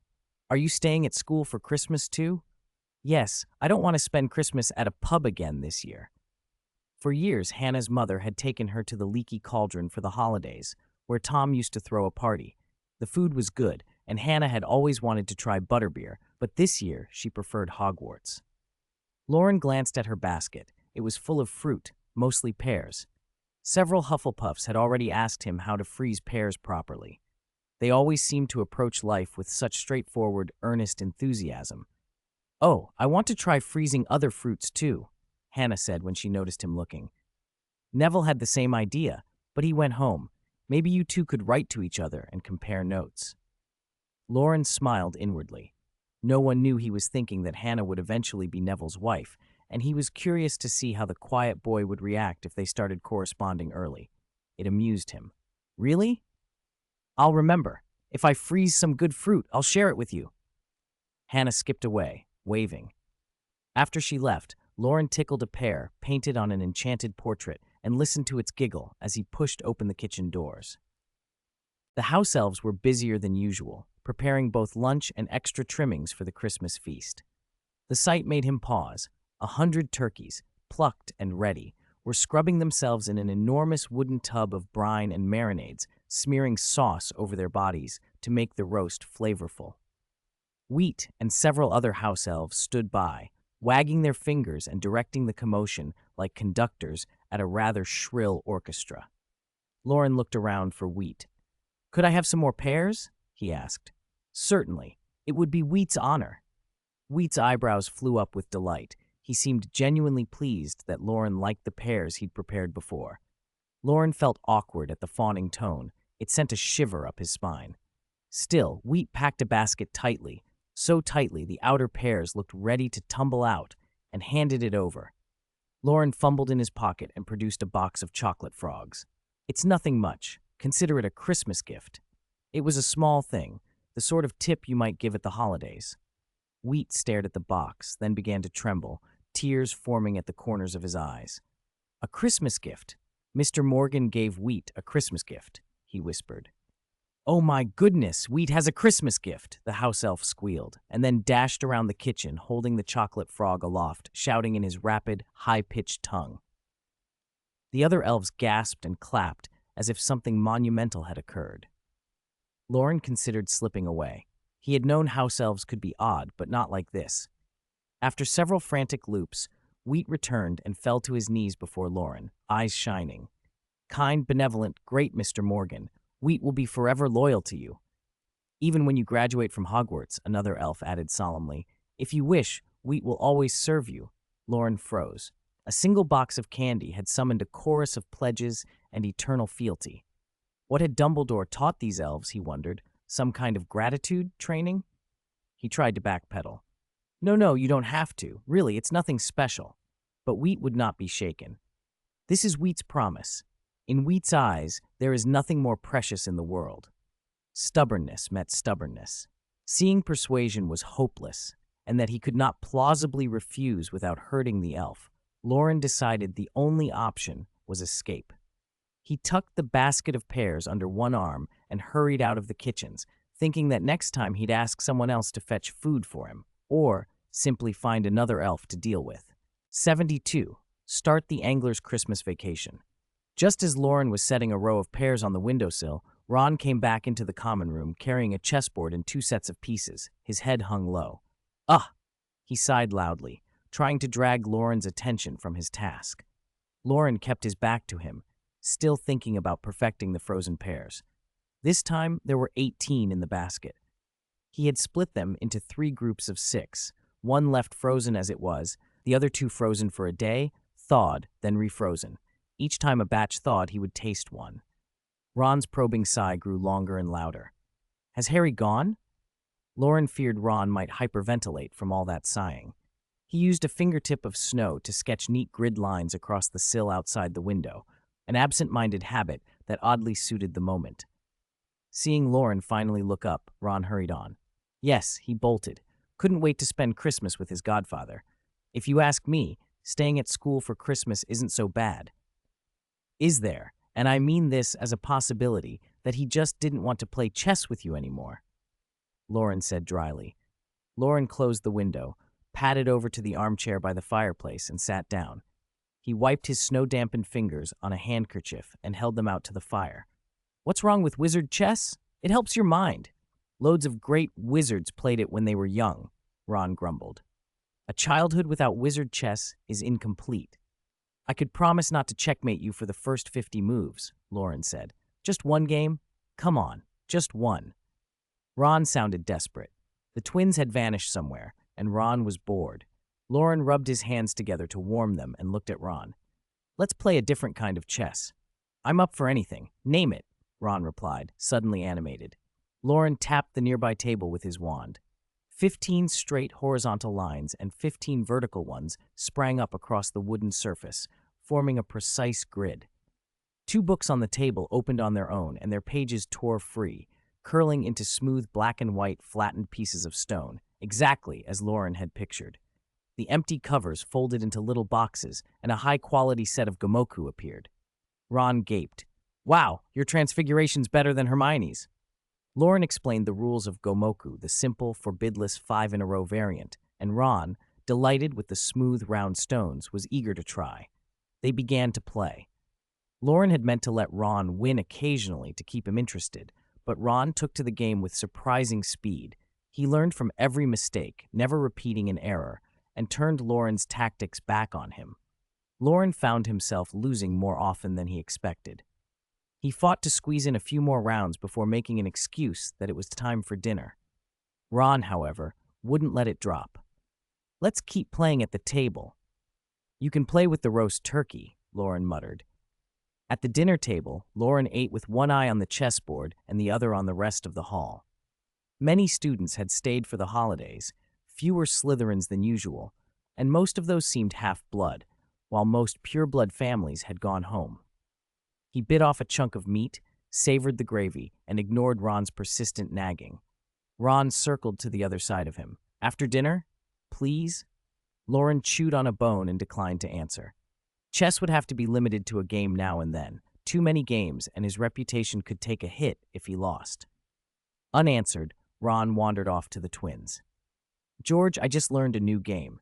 The common room that evening felt remarkably sparse. With so many gone home, the armchairs by the fire were easier to claim. The twins produced a banquet of finger foods, bread, mushrooms, fruit, sliced steaks, all easily speared and warmed on the hearth. Loren stared into the flames, thinking the fire looked perfect for grilling. He would have to try it sometime. Fred told amusing stories about professors while George lost game after game to Ron at Gomoku. The twins joked about parental favoritism, Dumbledore's choice of lady's hat, and McGonagall's tabby stripes when she turned into a cat. They even plotted to make their names known through mischief. When someone mentioned Professor Quirrell, they swore they'd finally get a look at the back of his head. Laughter echoed around the fire until late. By the end of the night, everyone refused Ron's chess challenges. The next morning, Loren woke early with a plan. He opened his eyes to find Ron already up and dressed, sitting cross-legged on his bed, playing a solo game. A makeshift 15 by 15 board had been traced on his sheet, and small, irregular pieces, apparently Bertie Bott's every flavor beans turned into tokens, were scattered across it. Ron had been at it a long while. He brightened when Loren sat up and held a bean in the air. "Want to play?" "No, no." Loren shook his head quickly. The boy was hooked. Loren changed out of his pajamas and pulled a thick, wind-proof blanket out from the bottom of his trunk, the one Nicholas had sold him with the book. It was warm enough for a night on a snowy mountain, exactly what he needed for today. At breakfast, the decorations in the Great Hall looked more elaborate than the day before, and some garlands still hung unfinished. Only Dumbledore, Professor McGonagall, and Flitwick sat at the high table. Snape was noticeably absent, probably sleeping in. Dumbledore caught Loren looking and winked. Loren pretended not to notice and went back to his plate. Ron was still chirping about chess. Loren thought, if tomorrow morning Ron's first words were still about playing chess, he'd stick him with a stupefy and let him do all the strategizing in his dreams. For now, Loren packed a lunch, carrots, bread, a chicken leg, into a lunchbox conjured from his plate, wrapped himself in the fur blanket, slung it over one shoulder, and headed out toward the Black Lake. Winter had been here for nearly 2 months. The fish in the lake would be hungry. It was the perfect time for a haul. With a warm blanket and the ability to transfigure fishing gear at will, everything was in Loren's favor. Today promised to be a bountiful day of fishing. 73. First day in the Air Force. Crimes other than war. The Black Lake lay frozen like a black mirror. People said a friendly giant squid lived beneath it, using long tentacles to pull young witches and wizards who fell through the ice back to shore. An entire merpeople tribe also made its home there.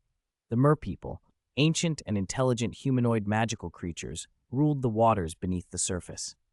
Loren crossed the snow-covered lawn and came to the lake's edge, delighted by the sight. He kicked away the snow on the ice and stomped twice to test it. No give at all. Perfect. A meter of solid ice, covered with snow, a sure way to catch fish. When the ice is thick and blanketed with snow, the water underneath can become oxygen-starved. Make a hole, and the fish will gather around it, looking for air. Loren decided to walk a bit farther out. It was unwise to make a hole right at the shore. He transfigured anti-slip treads onto the soles of his shoes and walked out, testing the surface with deliberate steps. The ice was rock solid. He didn't need to worry about breaking through. Loren searched for a good spot. He preferred sunny patches on the north bank and judged the underwater conditions by the color of the ice. Deep water looked blue. Areas with more plants had a green-brown tint, and those spots usually held more fish. After half an hour, he picked a place. "Piercing spell," he said. A disc-sized hole blew open in the ice with a small explosion. Water rushed up and scattered the blackness around the opening. Loren inspected the hole with satisfaction. With that gap, oxygen would dissolve into the water and fish would soon gather. He tore his lunch, carrots, bread, chicken leg, into small pieces, kneaded them into bait, and scattered them into the hole. Oxygen attraction and food bait together would bring the fish in.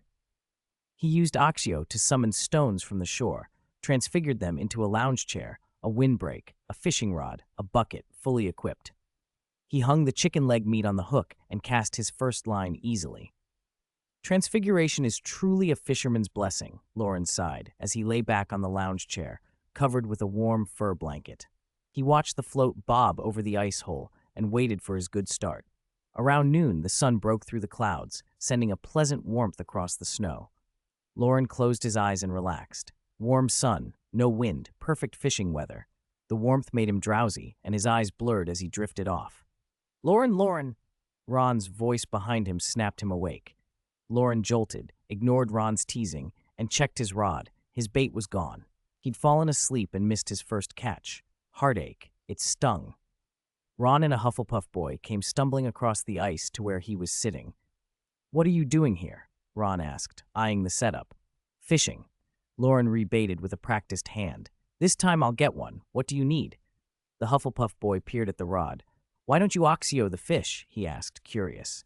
Loren smiled. You're young. Not everything should be done with magic. A fish taking the bait was part of the game.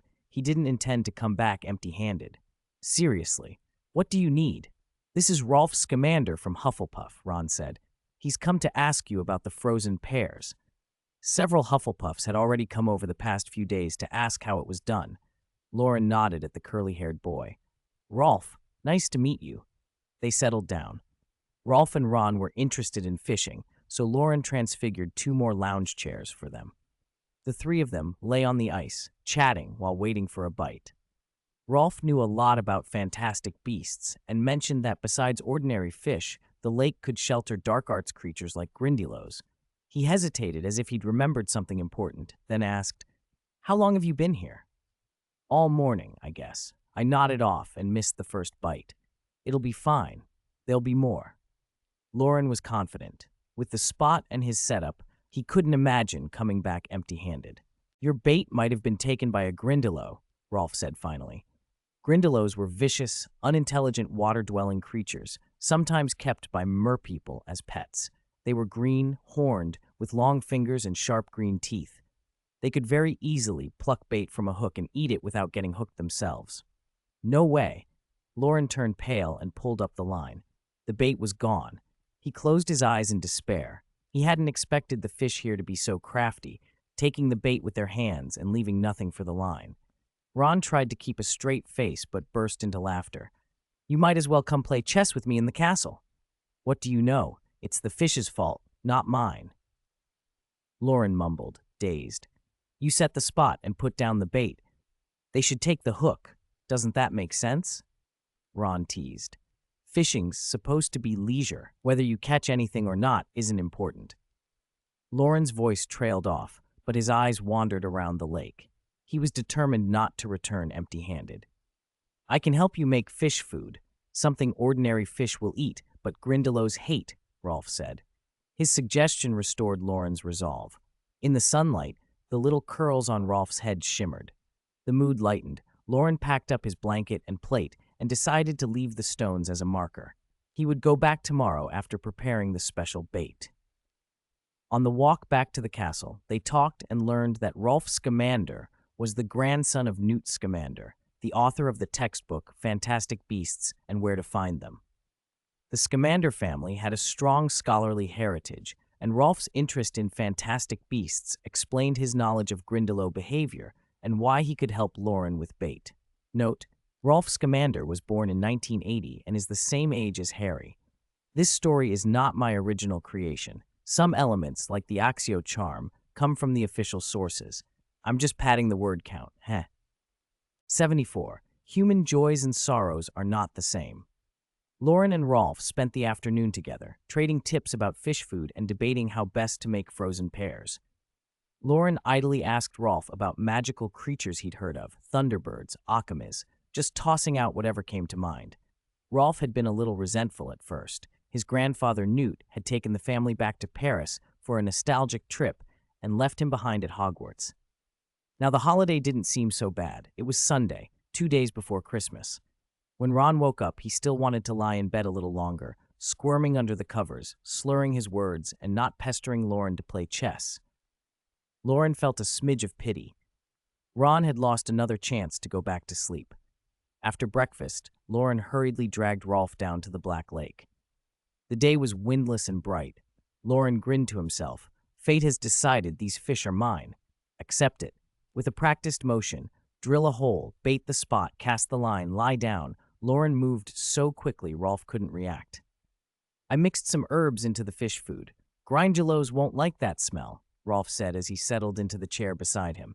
Don't worry, I'll share half my catch. Hearing Loren's confident voice, Rolf felt hopeful.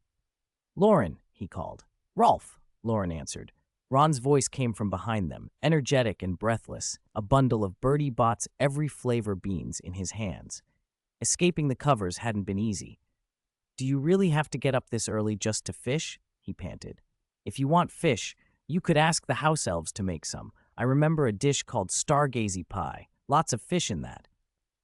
Loren kept his eyes on the float, ignoring the jab. You're still young. You wouldn't understand. You're just sitting there fishing anyway. Let's play chess.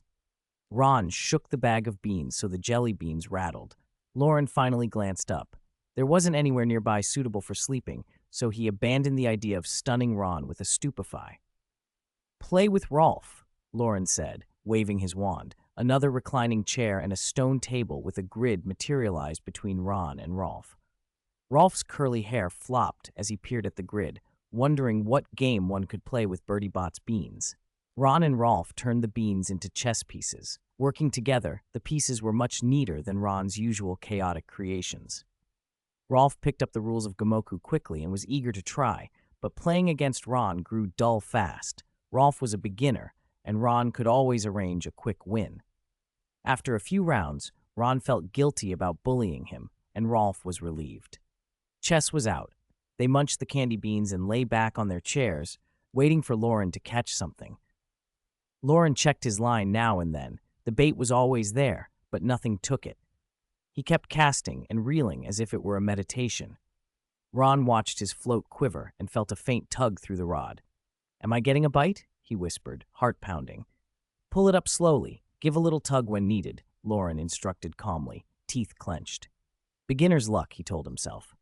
Ron would have his fun now and learn what it meant to go fishless later. Ron eased the rod and hauled. He flung a palm-sized fish onto the ice, hook still lodged in its mouth, and whooped. Not bad, a common bream from British freshwater, Loren commented, voice casual though his grip on his own rod tightened. I caught a fish, Ron crowed, ignoring the cold as he cradled his prize. Rolf was next. A boot-sized carp that made him crouch and poke it with a finger, a quiet pride blossoming on his face. A carp and a good one, Loren admitted with a forced smile. Rolf's family had an animal affinity, a kind of inherited knack. Maybe that explained it. After all, 2 others had already caught fish from his spot. Perhaps he was just unlucky. Loren walked off and opened another hole. The 3 discovered the pleasure of the catch, not just in the fish itself, but in the fight. The time when rod and fish were locked in a tug of war, and finally, the thrill of victory. They rebaited and settled back. There were 4 holes in the ice and 3 fishermen, each watching their float in silence as time thinned. Rolf caught 3 fish in a row. Even his shy smile grew broader. Loren consoled himself that Rolf's family talent was the reason.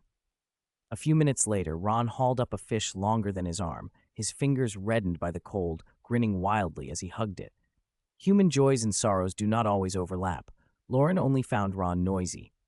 Irritated at his own lack of luck, Loren moved on and began drilling holes in new places. Explosions rang out as ice cracked. Again and again he tried, but still nothing. Just as he was about to open the 6th hole, the ice vibrated and a low, muffled sound rolled up from the depths. Whoosh! That's the giant squid, Rolf whispered to Loren. We must have disturbed the creatures below. Loren rubbed his nose, a little embarrassed. This black lake was not the small mountain tarn he was used to. He couldn't just blast fish indiscriminately here. A mer-person might go complain to Dumbledore, and detention would be the least of his worries. They packed up quickly. Ron levitated his enormous carp with a levitation charm. Let's go back and play chess instead. Play with your carp, then, Rolf muttered, and together they trudged away, the crunch of boots on ice following them.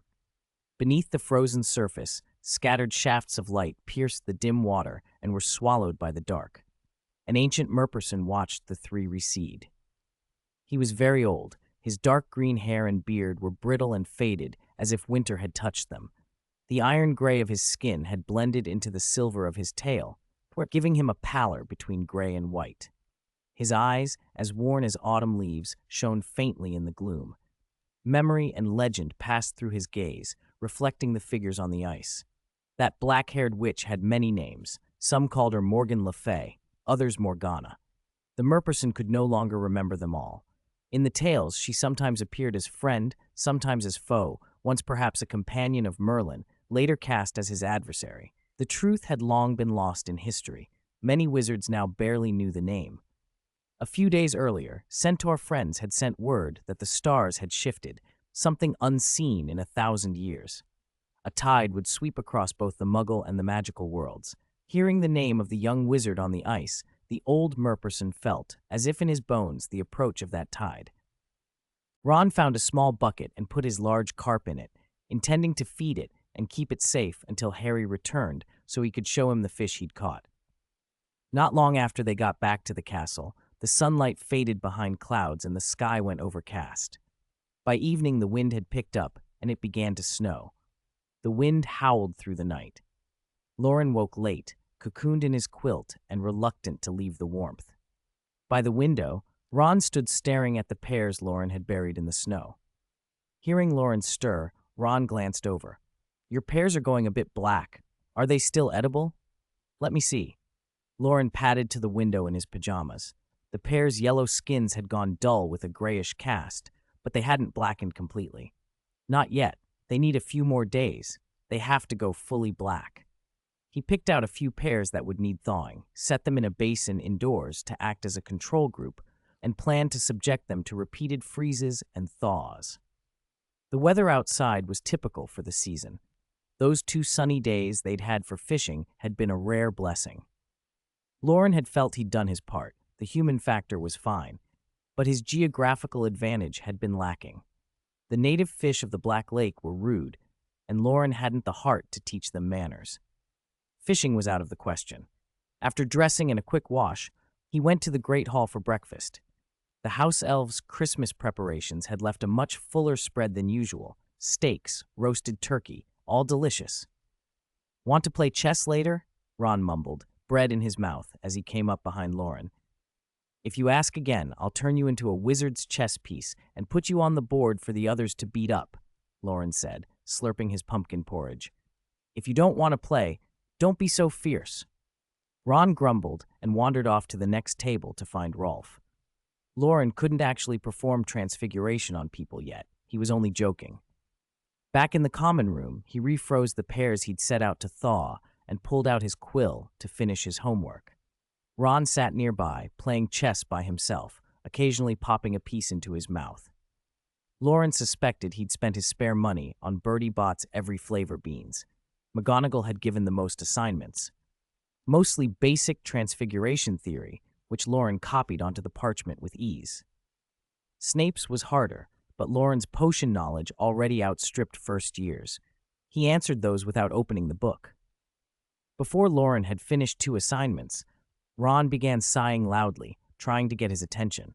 The scratch of Loren's quill mixed with Ron's dramatic sighs as he announced the most ludicrous facts he could think of about magical creatures and potions. Loren finally put down his quill and watched him for a moment. There was no escaping Ron's dramatics. "I'll teach you another board game," Loren said, standing and sitting beside him, deciding the boy needed a distraction. "Good, good, good," Ron beamed. Loren tapped his wand lightly on the table, and the Gobstones board's 15 by 15 grid expanded into the 19 by 19 of Go. The candy pieces in Ron's box changed to distinct black and white stones that felt harder. Go is a traditional board game from the East, Loren began. Half an hour later, Loren left the common room with his homework done and a contented expression.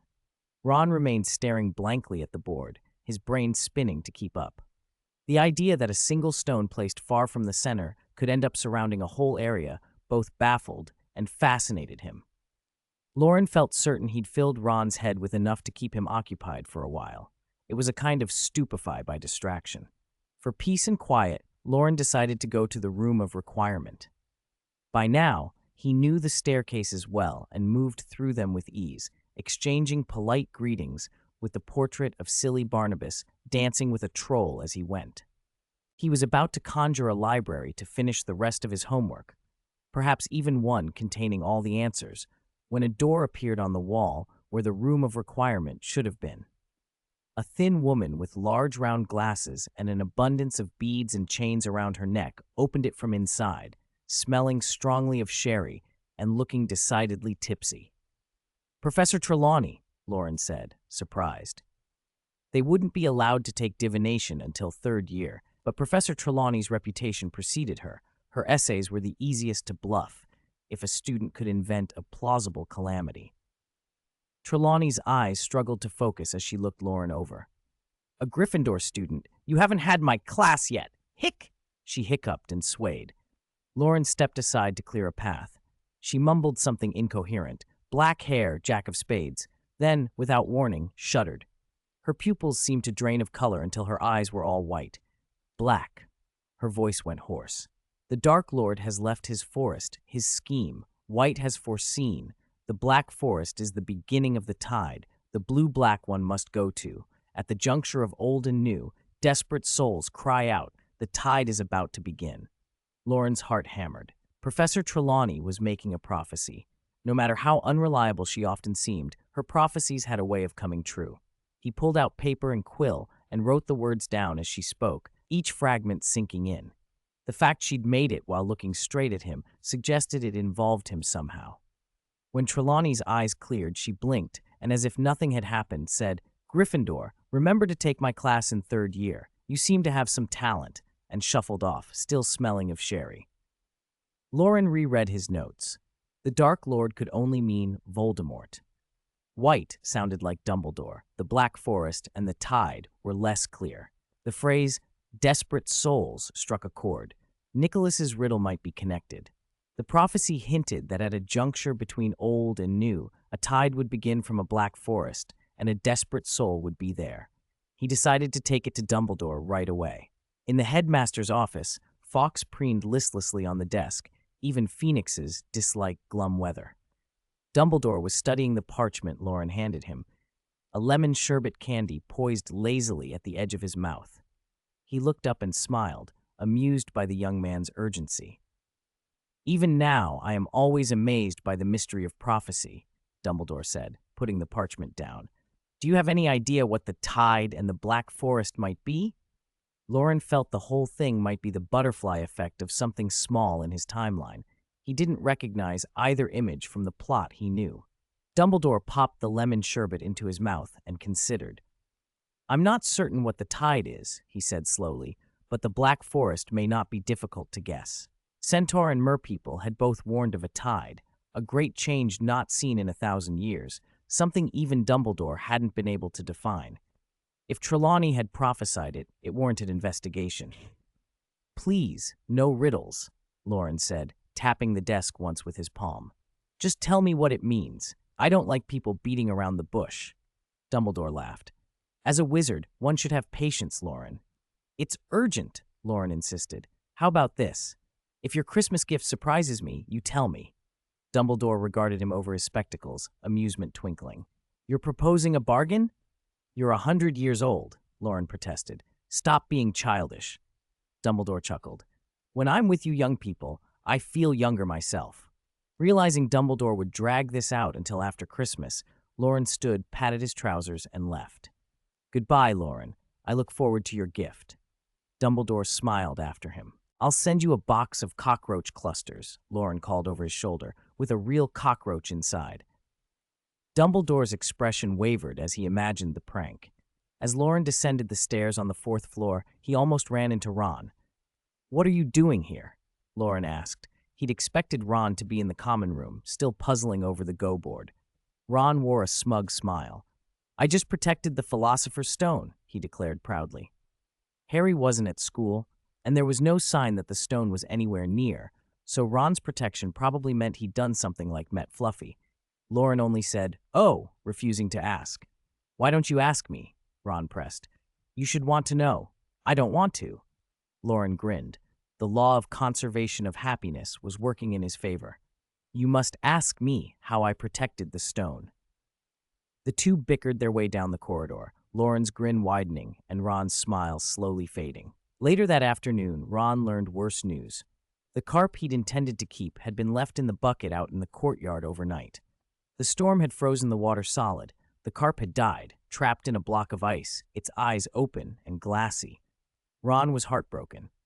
Loren and Rolf tried to hide their amusement and stand solemnly by Ron's side, but they couldn't quite keep from smiling. Ron, inconsolable, muttered about Red, the name he'd given the carp, for the rest of the day. On Christmas Eve, Ron still couldn't shake his grief and ate nothing. Loren recognized how serious this was. Ron was barely functioning. To distract him, he managed to get Ron to play Go all day, occupying his mind until his thoughts of red were pushed aside. Slowly, Ron's mutterings changed from red to black and white, to capturing and surrounding.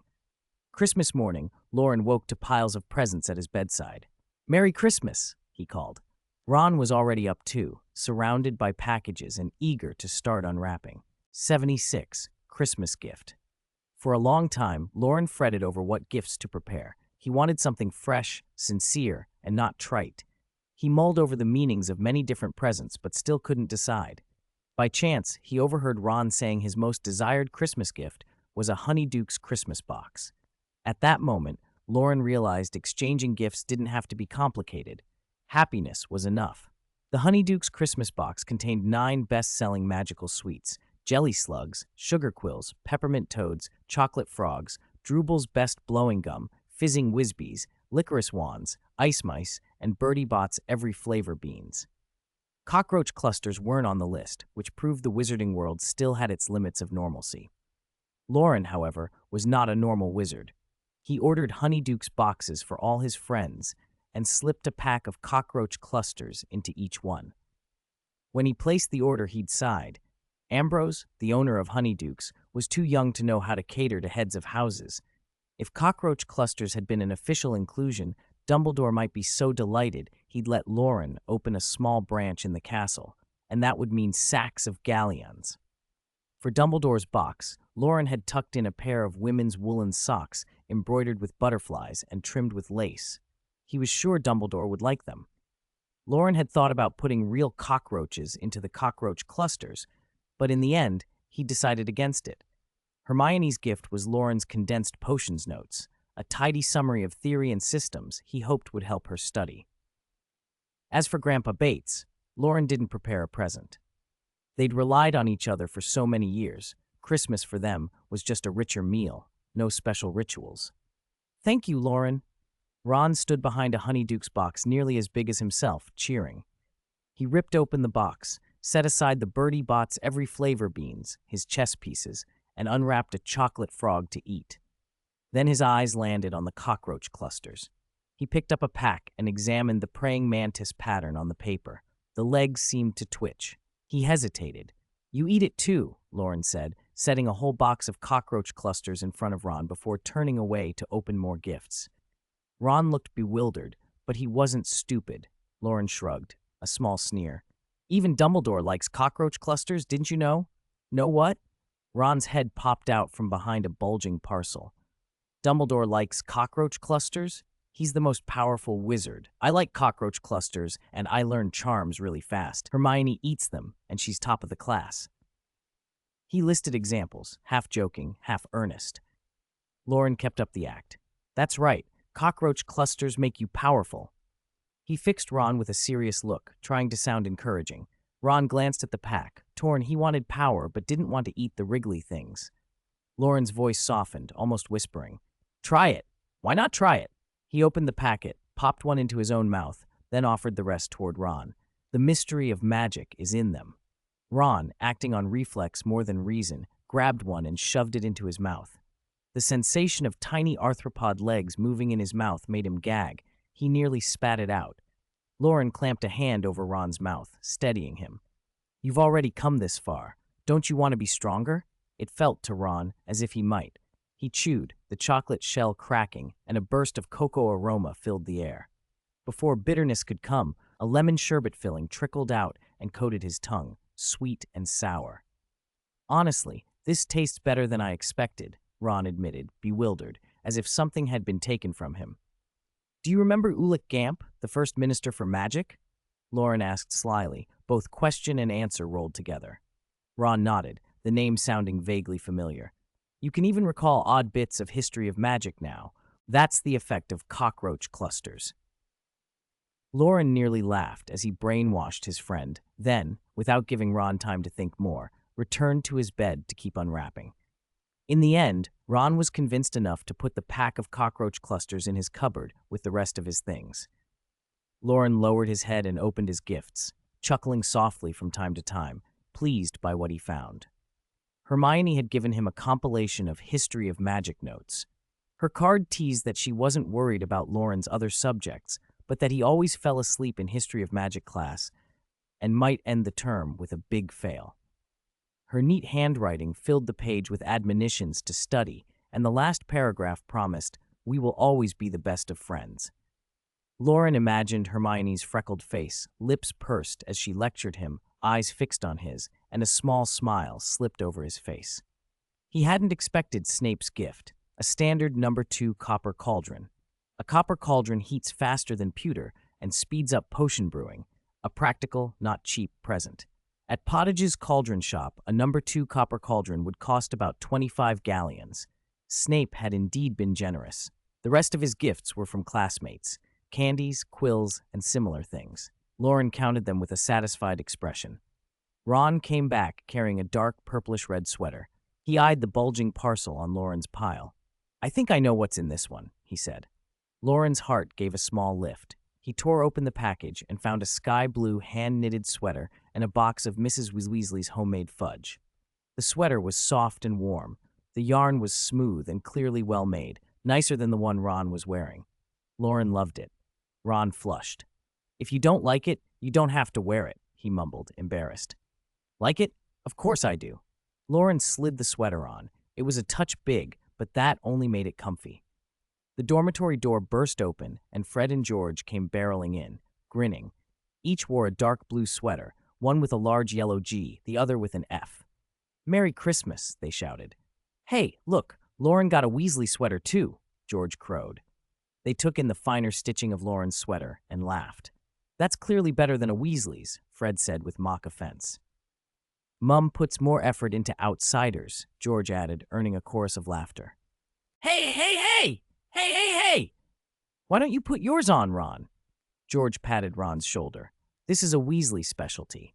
The word specialty made Fred laugh, and the two of them cackled as they tugged a thick maroon sweater over Ron's head. "I don't like dark maroon," Ron grumbled, his face popping out of the collar in mock offense. The four of them munched fudge and chatted. The twins complained that their parents were biased, off visiting the dragon themselves and leaving the family at school for Christmas, and Loren couldn't help but laugh. So it wasn't so much being away from home that bothered them, it was missing seeing the dragon together. "What are you making so much noise about?" Percy's head peered through the crack of the common room door, his expression stern. He scowled at the twins. Fred's eyes flicked to the bulky sweater slung over Percy's arm, and he exchanged a look with George. "Put it on, quickly." "We've all put ours on. Loren even got one." The twins stepped forward, snatched the sweater, and before Percy could protest properly, forced it over his head. "I don't want to wear," Percy muttered through the wool. Fred crowed, "Look, Percy has a P on the front." They'd always assumed Mrs. Weasley stitched initials on the family jumpers to tell them apart. "That P isn't for Percy," George declared, as if he'd uncovered a great secret. "It means prefect." Everyone laughed.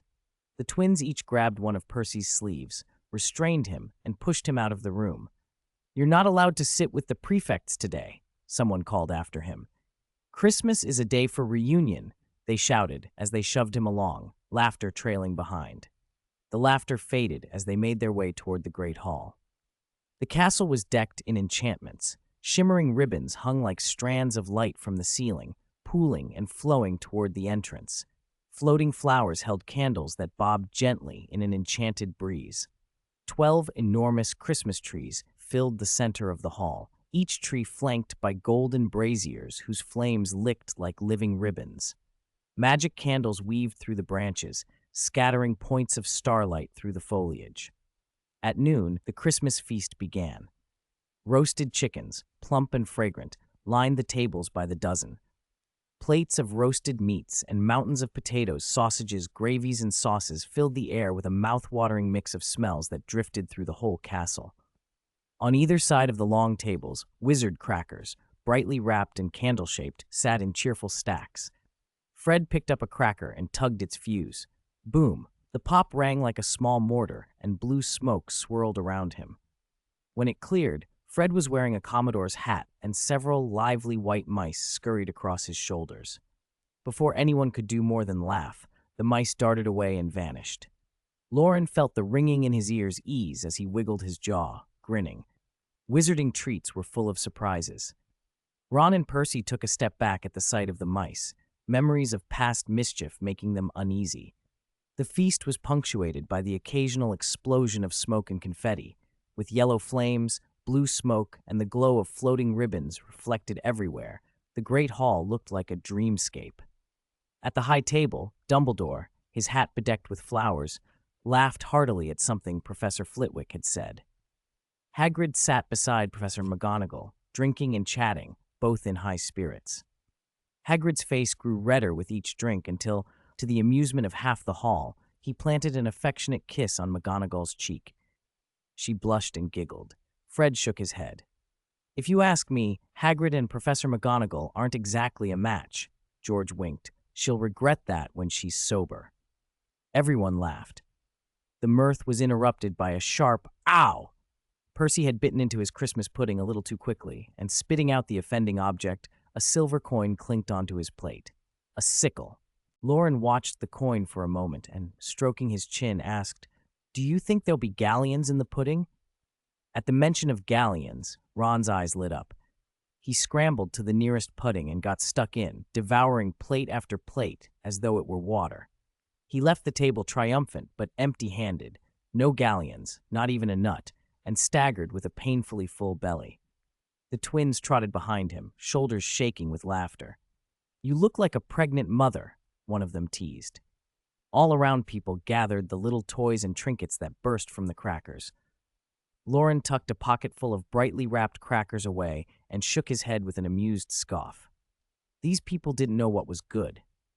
That afternoon, the twins dragged Loren out for a snowball fight. Snow whizzed over the grounds in wild arcs. This time, unlike earlier free-for-alls, things were loosely organized into teams, but it didn't make the chaos any tamer. Snowballs pummeled friends and foes alike.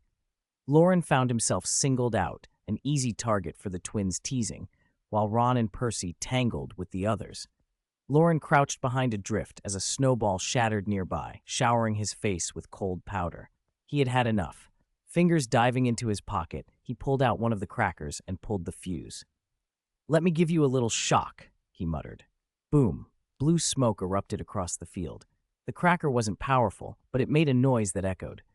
George's expression went blank, a little dazed, and Fred blinked, mouth open. "Oh no, the enemy's firepower is strong," Fred said, half in surprise, half in admiration. Loren lobbed another. It burst with a pop near Fred, who squealed and sprinted off. The battle flipped. Loren grinned like a mischievous villain, chasing anyone he saw, caring little about alliances. Percy, "Hey!" Boom. Ron, "Hey!" Boom. Ron and the others shrank into a drift, peeking out. "Honestly," Ron muttered, "he's pretty scary like this." The twins exchanged a quick, conspiratorial glance and adopted military tones. "Soldier George, hold the line. I'll return to the castle for ammunition." "Understood, Officer Fred." Then, with perfect twin timing, they each gave Ron and Percy a boot to the backside, 1 foot each, and sent them barreling off. Laughter bubbled from everyone. When the twins returned, the field had erupted into a full-on cracker war. Even the usually composed Fred and George were infected by the giddy chaos. Their laughter turned into the same wicked, contagious heh that had been floating around since breakfast. Ron and Percy took the excuse to sprint back to the castle for more supplies. They all played until their clothes were sodden and their fingers numb. Finally, exhausted and frozen through, they tumbled back into the common room and collapsed by the hearth. The warmth seeped back into them as the fire crackled and popped. They sat in a ring, faces flushed, watching the flames in each other. Then, without any particular reason, the laughter started again, soft at first, then bubbling into full, ridiculous giggles. Heh, heh, heh. And the sound tangled with the crackle of the fire, the last echo of a perfectly chaotic, perfectly Merry Christmas Day at Hogwarts. The next morning, the snow still hadn't melted. A blanket of pale clouds stretched across the sky, neither dark nor bright. Loren's pears had gone through freeze and thaw more times than he liked to count. Their black skins were crusted with white frost, and the fruit inside was as hard as iron. After thawing a few in a basin of water, the flesh softened, and the skin hung limp like wet parchment. Loren carried them out of the dormitory and into the common room. Across a long bench, the Weasley twins were confronting Percy. "Percy, I, as a prefect, order you to stop chasing us," George said, thumping the prefect badge pinned to his chest with mock solemnity. "That's right. If you keep picking on us, we'll deduct points from you." Fred, arms folded and chin tilted, looked insolent enough to give Percy a fit. The twins had snatched Percy's badge the night before, while he was exhausted and careless. It was the sort of prank they were delighted to parade first thing in the morning. "Give me my badge!" Percy snapped, aghast, leaping over the bench toward them. "Deduct points! Deduct points!" The two Weasleys howled and darted off through Gryffindor Tower with Percy in hot pursuit. Loren left a few pears on a bench for them to snack on when they tired of the chase and took 3 of the fruit to the Great Hall, intending to eat and then sample the rest at his leisure. Christmas had come and gone. The last of the decorations were being taken down. Ribbons had been unlooped from the corridors and no longer caught the light. The Great Hall still held the towering tree, but the candles had been removed. With the festive feast over and the holidays beginning, most students were sleeping later. Only a few sat at the tables for breakfast, while many sought quick plates from the kitchen or slept in a while longer. Hufflepuff, with the easiest access to the kitchens, unsurprisingly had the fullest table. The Badgers savored every moment of life and never missed breakfast. Loren laid the pears on his plate, but first ate pumpkin porridge and jam bread to line his stomach. The warm porridge chased the chill from him. After the bread, he felt steadier. Only when the last scrap of porridge slid down did he reach for the fruit. He plucked off a stem, peeled away the skin, and drew the juice and frozen pulp to his lips. It was sweet. Loren breathed out a thin white stream and smacked his lips in contentment. It was hardly healthy to eat like this, but it felt wonderfully indulgent. "You know, sweet foods are always delightful," came a gentle voice. Loren looked up and saw Dumbledore had sat down beside him. The headmaster's beard bristled with flecks of pear juice. He winked with that familiar kind of mischief. "Here, try one." Loren pushed the plate toward him with a faint look of distaste. He couldn't stand watching the man try to play up to youthful tastes, but Dumbledore just chuckled, took 2 frozen pears, and left. Before he did, he added casually, "Pack your things. Come to my office later. We are going to the Black Forest to verify a prophecy." The pears seemed to be the center of the conversation, the prophecy an afterthought. Fine. Dumbledore understood priorities. Still, the words struck a chord in Loren's mind. Back in the common room, Trelawney's name rose in his memory, prophecies of the Potter family tragedies, prophecies of misfortune for Dumbledore. A shiver ran through him. The prophet had a way of naming people the instant doom followed, it seemed. Then, sense prevailed. Dumbledore was taking him. What was there to fear? Dumbledore and Loren together. What could go wrong? He packed quickly, said a brief goodbye to Ron, and left. Ron watched him go, sighed, and, with the melancholy of someone whose nest had suddenly emptied, moved a black chess piece on the table and popped a white one into his mouth. "Busy, everyone's busy," he muttered around the fruit, the sound of loneliness in it. In the headmaster's office, Dumbledore was dabbing pear juice from his beard with a handkerchief. A plate of Corzine skins sat on the table, and Fawkes, perched nearby, was busy pecking at a fruit of his own, tail feathers flicking. "This is truly the sweetest pear I have ever eaten," Dumbledore declared as Loren entered. Fawkes gave a cheerful chirp in agreement. If the prophecy weren't pressing, Loren could have listened all day to Dumbledore's advice on making frozen pears. But he was eager. "When do we leave?" he asked. "It isn't easy for someone like me to enter certain countries, especially at this time of year. The ministry is thin on staff during the holidays," Dumbledore said. He reached into a drawer with a clatter that sounded like an entire room being shaken. "Fortunately, I have friends who can help." Dumbledore's hand disappeared into the depths of the drawer. Loren suspected an undetectable extension charm. The headmaster finally pulled out a small silver comb that might once have been for his beard. "Let's go." He pressed the comb into Loren's hand and bid, "Fawkes." "Screech," answered the phoenix. It felt as if a hook behind Loren's navel yanked him forward. His feet lifted from the floor and the world blurred into a gust of motion. He clung to the cool metal until just as suddenly his feet struck ground. He nearly landed on his side. Dumbledore steadied him. Loren's hair streamed from the journey, and his robes were askew. Dumbledore, by contrast, was immaculate. But he looked different. He was wearing a black bowler hat and a double-breasted silver-gray coat over suit trousers and yellow leather shoes, his beard shortened and darkened to a brown streaked with gray. He looked not like the white-robed, grandfatherly headmaster everyone knew, but like a vigorous, middle-aged man. "I used to teach Transfiguration," he admitted with a grin. They stood on a muddy country road. The air held the clean, slightly damp scent of earth and grass. Ahead lay a wide, dark forest. Albania. "If there are no surprises, this is it," Dumbledore said, disappearing a small derby hat into his coat as he spoke. They approached a two-story inn set back from the road. From the outside, it looked drab and weathered, blackened in places, its sign too faded to read. The heavy iron doors were shut. Dumbledore strode to the entrance. The iron seemed to dissolve around them, and they stepped through, as if through a curtain of water. Inside, the shabby exterior gave way to a bright, tiled hall lit by a glittering chandelier. Behind the counter stood a plump-faced goblin with a narrow nose and bat-wing ears, his voice high and sharp. "Oh, welcome, my dear wizard." Dumbledore tossed a bag of galleons across the counter. "A room." The goblin produced a black key-shaped pendant with efficient haste. Dumbledore hung the key around Loren's neck. "Hold and shake it. No matter where you are in Albania, you can return to this room." Dumbledore pocketed nothing of the inn. The token was insurance for Loren in case they became separated. As they walked into the trees, Dumbledore spoke of the place. Albania lay beyond reliable ministry control. Dark wizards gathered there to trade and experiment. The land had a reputation.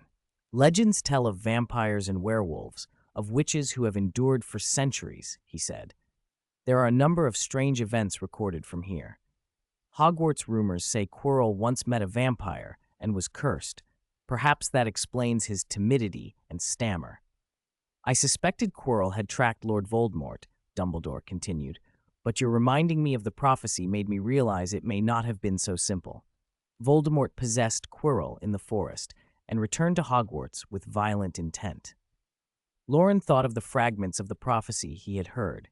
The Dark Lord is far from his forest, his schemes, White has foreseen. The Black Forest is the beginning of the tide. The blue-black person must go to, at the turn of the old and new. Desperate souls are crying. The tide is about to begin. What does the turn of the old and new mean? And desperate souls? "And the tide?" Loren asked. "The turn of the old and new might mean the change of the year, the turn of an old year into a new," Dumbledore answered. "As for the others, those are precisely the things we hope to learn on this trip." They moved deeper into the Black Forest. Dumbledore's grin flashed at Loren. "Honestly, this place has been on my post-retirement travel list for some time." The remark, delivered in the guise of an energetic wanderer, was almost more disconcerting than the familiar white beard.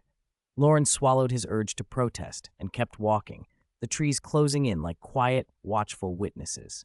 79. Snake Bone Tree. The Albanian winter felt even colder than Hogwarts. Snow crusted the narrowing path and melted into mud beneath their boots. Not long after Headmaster Dumbledore led Loren out of the inn, he began to move by magic through the Dinaric Alps. After walking a few dozen yards, the two would shrink into a swirl with a faint pop and reappear a few hundred meters away, then walk another short stretch and repeat. Dumbledore's apparition was so subtle, Loren felt no unpleasantness from the short hops. After doing this many times, Loren couldn't help asking, "Headmaster, what are we looking for?" "Some unusual traces," Dumbledore said. They stopped before a snow-covered pine. Conifers like this dominated the Albanian forests. Many branches hung thick with icicles, each sharp, white, and gleaming. Dumbledore flicked a small flame into his hand. The fire traced up the trunk without burning the branches, melting ice and snow. A light drizzle ran down the bark. The icicles revealed their true shapes, snake skeletons. Tails were coiled around the tree, heads hung down toward the ground. Some skeletons were rotted and yellowed as if years old. Others still held scraps of desiccated flesh, recently dead by comparison. They ranged from little more than an arm's length to skulls almost the size of an adult's head. As the snow melted, a thin, almost imperceptible stench seeped into the air.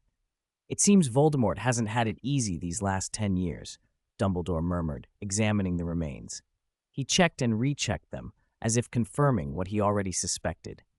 For a decade, Voldemort had sheltered in this forest, slipping into whatever snakes he could find, barely clinging to life. Ordinary snakes could not long contain his evil soul. Occasionally, he had to change hosts. The bones hanging from the branches were the silent record of that. Even a diminished, residual soul like Voldemort's was given to ritual and display, an arrogant sort of proof of existence. Loren stared up at the skeletons and imagined a living Voldemort crawling over branches and brush, the rustle of scales under him. He'd always assumed Voldemort was some one-dimensional, noseless monster. Weird questions flitted through his head. Did Voldemort have to hunt? Did he swallow mice and rabbits whole? Dumbledore, watching him, didn't know how much of Voldemort's truth to tell him yet. After a pause, they continued their wandering. Albania proved small enough that Dumbledore, with Loren in tow, could cross a great deal of it in a single afternoon. Winter still had hold of the mountains and forests. They reached a broad lake that had not frozen.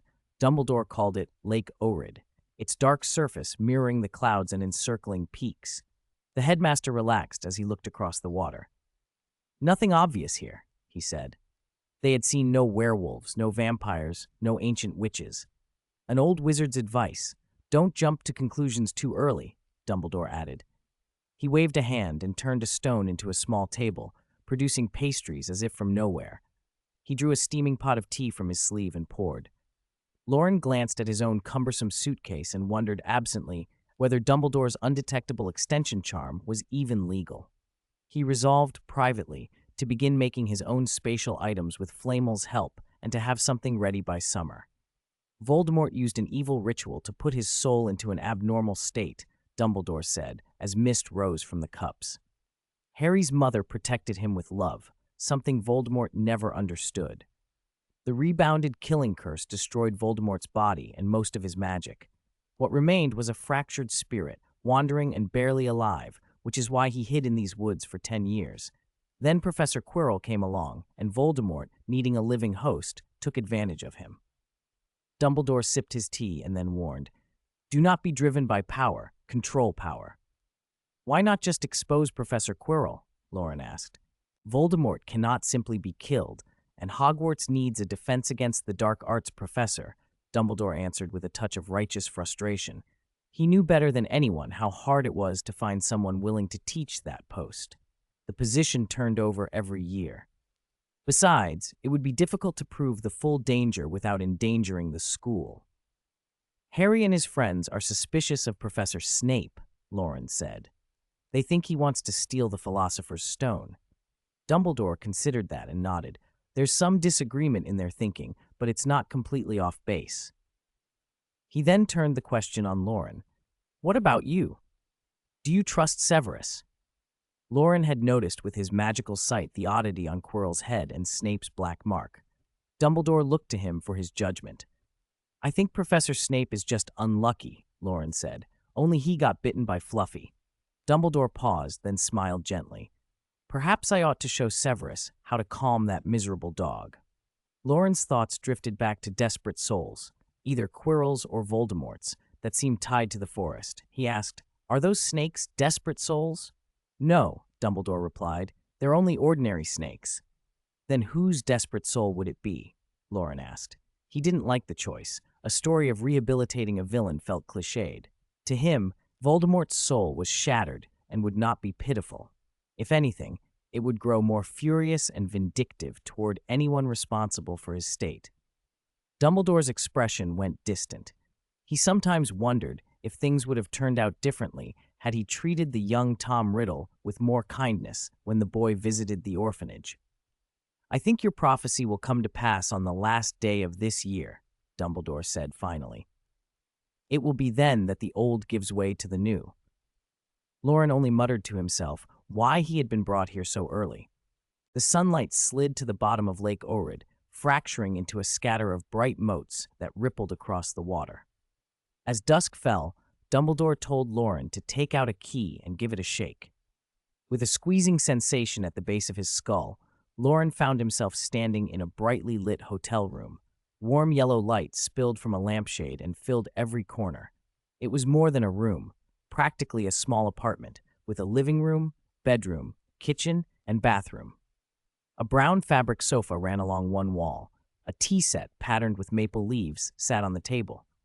The kitchen counter held only spatulas, salt, and a few seasonings, the sort of token kitchen a wizard's hotel provided. If you planned to cook seriously, you brought your own ingredients. Wizards could conjure flames, draw water with a flick, and tidy up with a wave. The kitchen was largely ceremonial. Were it not for travelers who couldn't manage transfiguration, there probably wouldn't even be spatulas. Earlier, they had eaten by the lake, food pulled from Dumbledore's pocket. Loren still found it impossible to picture a hot steak and a full pot of stew produced from a clothes pocket. He joked inwardly that Dumbledore's tunic must contain an entire kitchen, perhaps even a house elf. When they returned, Dumbledore said he was going to see a friend and told Loren to stay put. In a place like Albania, friend could mean only one thing. Loren thought immediately of Mundungus Fletcher, the petty thief in the Order, the one who fenced Black family relics, who'd sold Slytherin's locket to Umbridge and deserted a skirmish that had cost Moody his life. Many in the Order disliked Mundungus, but Dumbledore protected him and used him for information. Left with nothing better to do, Loren paced the room a few times and regretted not bringing Flamel. Bored, he leaned against the window and looked out. The sky was a deep, unspeckled blue. Starlight picked out the snow in sharp, cold relief. Shadows lay across his eyes. At the edge of the forest, a patch of air flickered. With a soft pop, a man appeared, glanced about, and hurried toward the hotel. The space behind him shimmered, and another figure materialized. The newcomer whipped out his wand and fired a single spell. Stupefy! The jet of red light struck the first man, who crumpled where he stood. The second rifled through the fallen man, produced something, and apparated away. Loren stared, unnerved. He expected the magical world to have its gray corners, black market trinkets, clandestine study of dark arts, but not brazen theft like this. Even after Voldemort's fall, he assumed dark wizards would avoid such open lawlessness. He sank back onto the sofa and stared at the ceiling. In his head, the red stupefy replayed and, impossibly, flipped to the green flash of Avada Kedavra, the same motion of a wand, the same person falling straight down. The difference felt fragile, one word, one intent, and suddenly everything seemed precarious. If this had been deeper in the woods, he thought, would the wand have glowed green? Would a fiend fire have followed, leaving nothing to find? How many people had died here without anyone ever discovering them? The magical world was miraculous and terrible. It allowed death to be made very quiet. For the first time, Loren felt how slight life could be. He hadn't felt this when he had killed the troll. Dumbledore returned younger than Loren expected, face flushed as if from wine. Loren told him what he'd seen and voiced his worst thoughts. Many people must have died in these woods, he said. No one would ever find them. Dumbledore's expression flickered between pride at Loren's perception and a weary helplessness. Loren, he said, situations like that happen in places the ministries find hard to police. Most countries had their own ministry of magic, tightly monitoring illegal activities and even regulating which wizards could travel in and out. Loren frowned. Why? It shouldn't be difficult for a ministry to control this place. Dumbledore explained that Albania's situation was exceptional.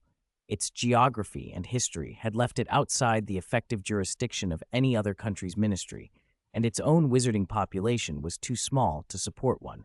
Britain had only around 3,000 wizards. A country the size of Albania had far fewer. Add to that decades of Muggle unrest and riots, chaos that lasted until the 1990s, and the region became a haven for dark wizards trading and gathering. Foreign intervention risked stirring reprisals or upsetting the fragile order of other nations, so the ministries preferred to look the other way. And you? Loren asked, looking at the man whose renown towered over the magical world. Chief Warlock of the Wizengamot, president of the International Confederation of Wizards, the man often named for Minister for Magic. With that prestige, with his influence, Dumbledore could have acted, Loren thought. Dumbledore sat back on the sofa. He looked vigorous, beard neat, hair short, but his voice and his eyes carried an older, quiet weight. I cannot do it, he said simply. He spoke as if from memory. I fear power. For a long time I have kept myself from being close to it. He smiled faintly, lost for a moment in some private recollection. When I was young, I dreamed of changing the world. I had a dear friend who shared that dream, who wanted power to remake things for what we believed was the greater good. But power is insidious. Under its influence, his voice tightened, strayed. He did terrible things. Many people died, and some errors could not be undone. Dumbledore's history, his sister's suffering, his father's imprisonment, the brief and terrible friendship with Gellert Grindelwald was not new to Loren, but hearing it now made the confession sharper.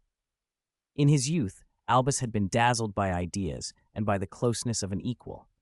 Together, they had imagined a world where no one would suffer as Ariana had, where wizards wouldn't be constrained by petty rules. But after Ariana's death, Dumbledore saw where those ambitions could lead. He knew, with intimate knowledge, how quickly lofty intentions could become cruelty justified by an imagined future. He feared the phrase for the greater good the way others feared a curse. The greater his reputation and the more his power grew, the more resolutely he resisted placing himself where it could corrupt him. "Who could stop me," he said simply, "if I fell?" He looked at Loren without pretense. No one. Loren fell silent. Dumbledore was a great man, and that greatness carried its own restraint, a reverence for life that had become the chain keeping him from power's seduction. Loren felt the gravity of it and the relief. He bowed, inwardly, to Dumbledore's choice. He promised himself to remind Harry to be careful whom he trusted, to avoid unreliable allies like the thief he suspected Dumbledore had visited. As for his own habits, he would keep better notes and be less careless about what he allowed himself to think and do. It was enough, for now, to recognize the danger and to try, in small ways, not to repeat the same mistakes.